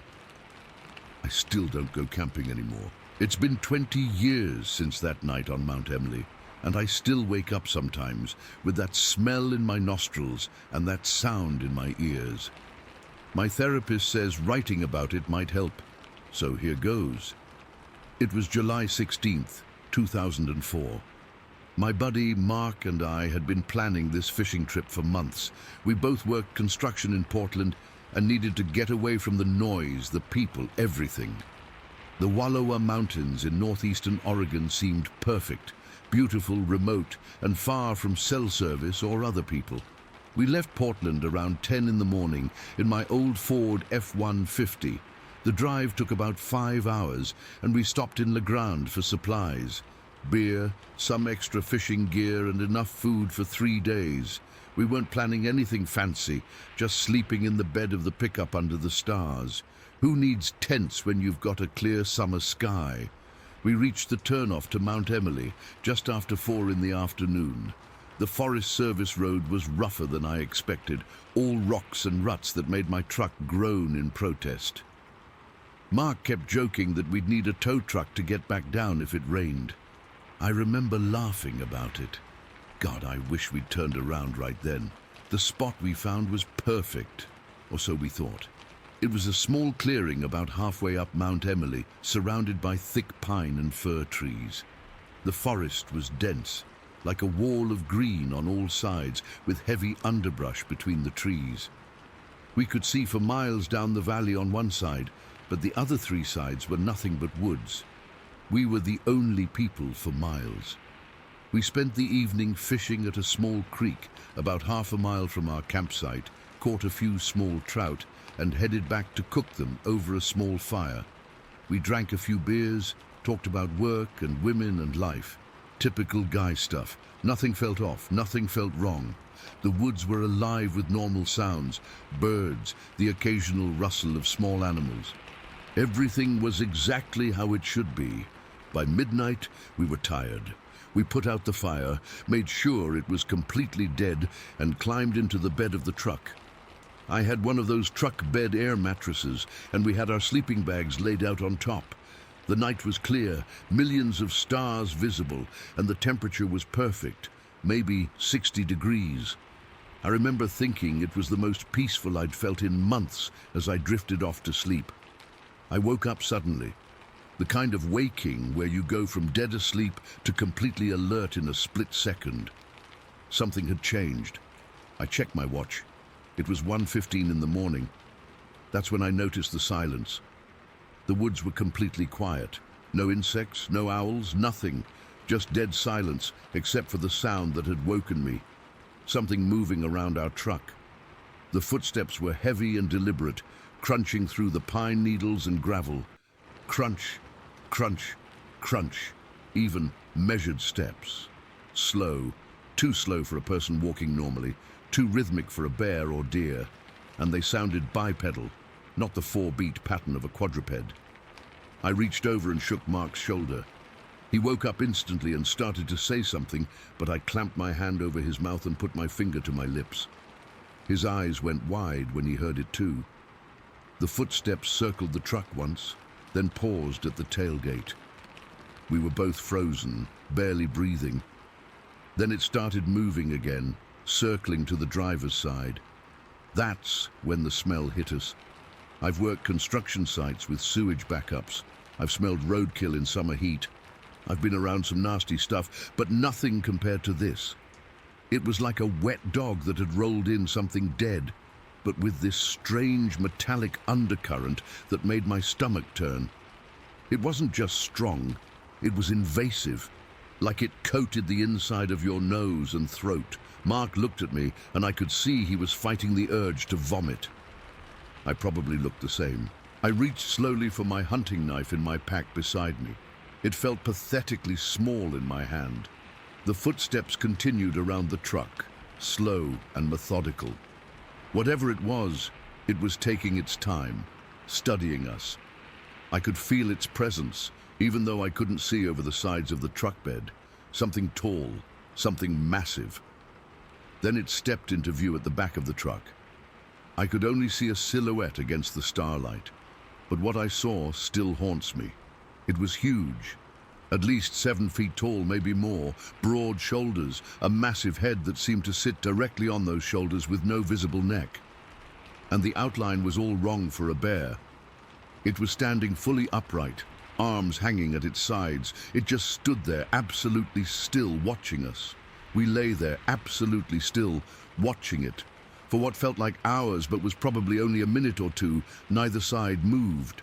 I could hear Mark's breathing beside me, rapid and shallow. I was barely breathing at all. Then it made a sound, a low, rumbling grunt that seemed to start deep in its chest. Not a growl, not a roar, but something more deliberate, almost like it was trying to communicate. The sound made the hair on my arms stand up and my skin go cold. It walked away from the tailgate, back to the side of the truck. That's when the true psychological torture began. For the next 2 hours, I know because I kept checking my watch, it circled our truck, never getting too close, never attacking, just watching, circling, occasionally stopping to break a branch with a crack that sounded like a gunshot in the silent woods, making those guttural grunts that somehow seemed full of meaning. The moonlight wasn't strong enough to get a better look, and honestly, I was too terrified to sit up and look over the side of the truck. We just lay there, occasionally whispering to each other. "What the fuck is it?" Mark hissed at one point. "I don't know," I whispered back. "Just don't make any sudden movements." Around 3:30 in the morning, I heard it break another branch, but this time further away. The footsteps started moving off toward the southwest slope of the mountain. The sound grew fainter, but we still didn't move for at least another half hour. When we finally sat up, the woods were still unnaturally quiet. No wildlife had returned. The smell lingered in the air, but less intensely now. "We should leave," Mark said, his voice shaking slightly. "It's still dark," I replied. "I'm not starting that truck and turning on headlights to drive down that forest road right now. Whatever that thing is might come back." So we sat there, backs against the cab of the truck, knives in hand, waiting for dawn. Neither of us slept. Neither of us spoke much. We just listened to the silence, jumping at every small sound. The sky finally began to lighten around 5:30. As soon as it was light enough to see clearly, we carefully climbed out of the truck bed, looking in all directions. Nothing seemed immediately wrong, but the forest still felt off, wrong somehow. That's when we started noticing things around our campsite.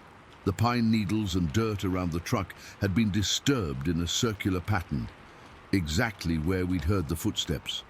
Several branches on the surrounding trees were broken, not torn like an animal would do, but snapped cleanly.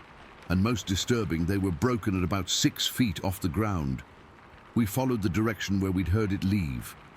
About 50 yards into the woods, we found what looked like a path through the underbrush. The brush was thick, blackberry vines, small saplings, dense ferns, but something large had pushed through it, leaving a clear trail. The tops of some of the vegetation were broken at about 7 feet high. The ground was too dry and rocky for footprints, but occasionally we'd find a disturbed area where something heavy had stepped. Whatever made those impressions was big, much bigger than either of us. We followed the trail for maybe a quarter mile before Mark grabbed my arm.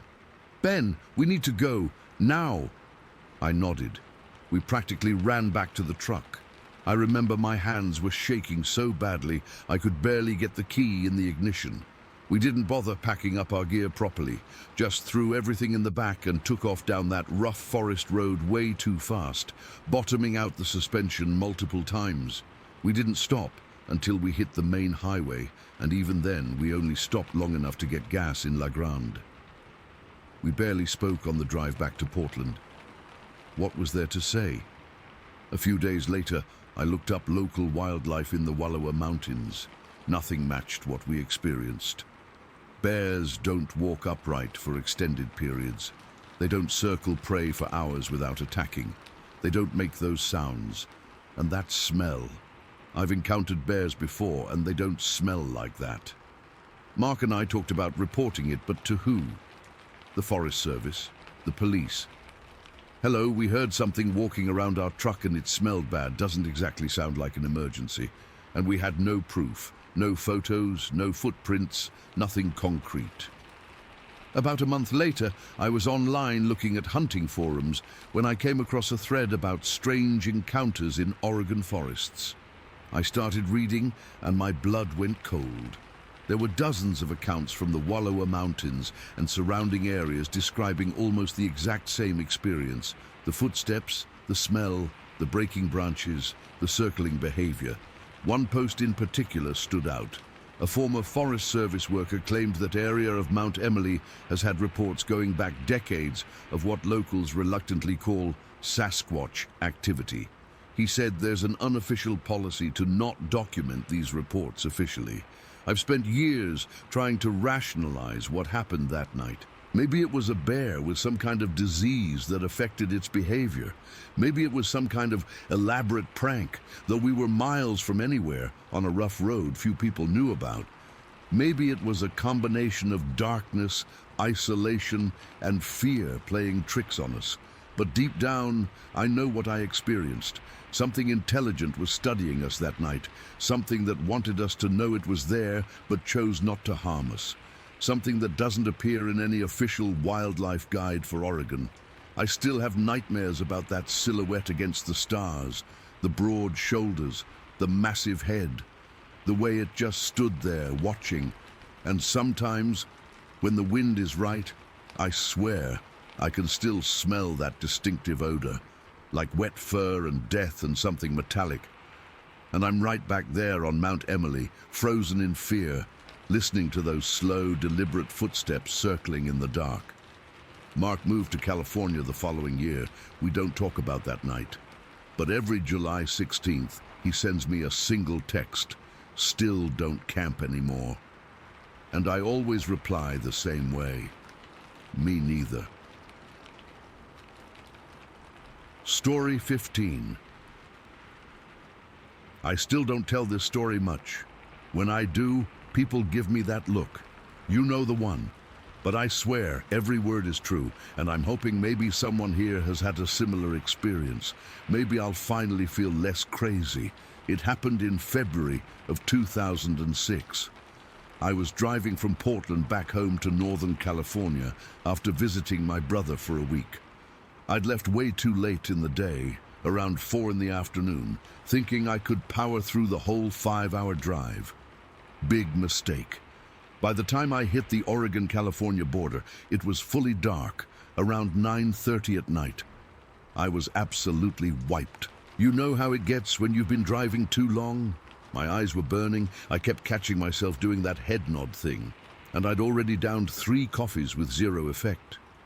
The roads through that stretch of Highway 199 are winding and pitch black, with those tall redwoods creating this tunnel effect. Not a place you want to fall asleep at the wheel. When I approached the agriculture checkpoint near the tunnel at the border, I decided I needed to pull over and rest. Not a full sleep, just 20 minutes to recharge before finishing the last stretch home. There's this gravel pull-out area about a quarter-mile past the checkpoint. Just a small clearing surrounded by dense forest and those massive rock faces. During the day, it's actually kind of pretty. At night, it's just darkness. I pulled my Toyota Tacoma into the gravel area, making sure I was well off the road. There wasn't another car in sight, not surprising given the time and how remote that stretch is. I left the engine running with the heater on low because it was freezing that night, probably in the upper 30s. I remember checking to make sure all the doors were locked, old habit from living in the city, then reclining my seat back a bit. I figured I'd just close my eyes for 15 or 20 minutes, then continue on. I must have dozed off almost immediately. You know how sometimes you fall asleep, but it doesn't feel like you fully went under? That's what it was like. I was in that weird half-sleep state where you're sort of aware of your surroundings, but also dreaming at the same time.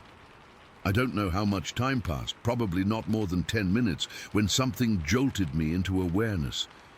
It wasn't a sound exactly, more like a feeling. That primal sense that something isn't right, that you're not alone. My eyes snapped open, but I didn't move. The truck was still running, the heater still humming quietly. Through the windshield, I could see nothing but darkness and the faint outline of trees against the night sky. But that feeling that something was wrong, it was overwhelming. Then I felt it, a presence to my left. Something was there, right outside my driver's side window. I could sense it before I even turned to look. When I finally did turn my head, I literally stopped breathing. There was a face looking in at me through the window, not a human face, not a bear or any animal I recognized. This thing's head was nearly level with the roof of my truck, and I drive a Tacoma with a slight lift kit. That puts the roof at about 6.5 feet. The face was... I still struggled to describe it accurately. It was broad and flat, covered in long, tangled dark hair that hung down around what I assume was its neck. But I could make out features. The hair was thinner around what had to be its eyes and mouth. The eyes are what I remember most clearly. They were set deep in its face, dark. I couldn't tell what color in the dim light. But they were unmistakably intelligent. They were narrowed, focused, studying me with an intensity that made my skin crawl. The visible skin around its eyes and mouth wasn't like human skin. It looked rough and grayish, almost like old weathered leather. I was completely frozen. My brain couldn't process what I was seeing. Was it a man in a costume, a bear standing upright? But no bear has a face like that, and no human is that big. Then it moved, and I nearly had a heart attack. This thing raised one massive hand. I can only describe it as a hand, not a paw, and pressed it against my window. The hand was huge, at least twice the size of mine, covered in the same dark hair as its face, with what looked like thick fingers. The window actually flexed inwards slightly from the pressure. I remember thinking in that moment that the glass was going to break. I still couldn't move. I couldn't even blink. I just stared at this thing as it stared back at me. There was an intelligence in its eyes that terrified me more than anything. It wasn't just looking at me, it was assessing me, thinking. Then its hand moved down to the door handle. When I saw those fingers wrap around the handle, some survival instinct finally kicked in. I lunged forward, cranked the key, thank God I'd left the engine running, and slammed my hand on the headlight switch. The sudden flood of light seemed to surprise it. It stepped back from my truck, and that's when I saw its full form. This thing was enormous, at least 7 or 8 feet tall, with incredibly broad shoulders and long, thick arms that hung down past where a human's knees would be. Its entire body was covered in that same deep, brown, matted hair. It wasn't skinny either. It looked powerfully built, like a linebacker, but twice the size. What happened next still confuses me. This creature, this thing, didn't run away in panic like you'd expect. It didn't roar or show aggression. It just stepped back, regarded me for another moment in the headlights, then turned and calmly walked toward the tree line. Not rushed, not awkward, just a deliberate walk on 2 legs. Within seconds, it had vanished into the trees. I sat there for maybe 30 seconds, my hands shaking so badly I could barely grip the steering wheel. Then I threw the truck into drive and peeled out of there, spraying gravel everywhere. I drove the rest of the way home without stopping once, my adrenaline keeping me wide awake. The next day, I told myself it had been a hallucination from sleep deprivation, maybe some weird waking dream, but I know what I saw, the way it looked at me, the intelligence in those eyes, the deliberate way it tried to open my door. That wasn't a dream. I've spent countless hours since then researching what I might have encountered. Bears don't walk like that. No human is that size. The only thing that comes close to matching what I saw is a Sasquatch or Bigfoot. I know how that sounds. Before that night, I would have laughed at anyone who claimed to have seen such a thing. Now, I don't know what to think.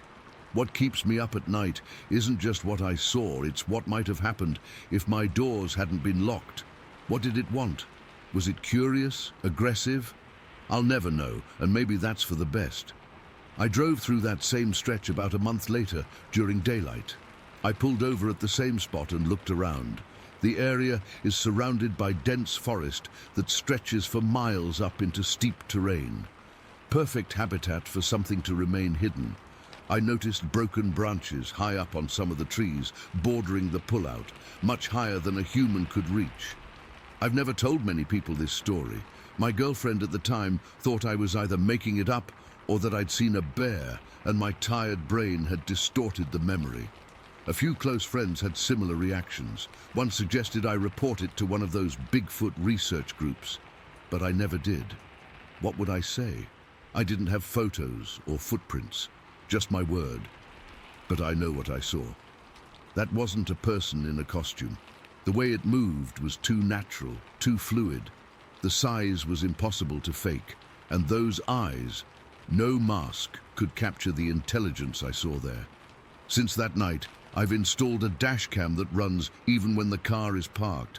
I keep a powerful flashlight in my center console, and I never, ever pull over on remote stretches of highway after dark anymore, no matter how tired I am. Sometimes, I still dream about those eyes looking in at me through the window, about what might have happened if the glass hadn't been between us, about what might be watching me from the trees when I'm driving at night. I drive that stretch of highway, 199, several times a year to visit my brother. Every time when I pass that gravel pullout, I look toward the tree line, half expecting to see a massive shape standing there watching. So far, I haven't. But I know it's out there, and I can't shake the feeling that it remembers me too. Has anyone else had an experience like this near the Oregon-California border? Or am I truly losing my mind? I've never been so certain of what I saw, yet so unable to explain it. Just writing this has my heart racing again. It's been 17 years, and that night at Highway 199 is still as vivid as if it happened yesterday. I still check my doors twice before sleeping in my vehicle. I still wake up sometimes thinking I see a face outside my bedroom window. Some encounters change you forever, I guess. If anyone has had a similar experience or knows anything about activity in that area, please let me know. At this point, I'd just like to know I'm not alone in what I saw.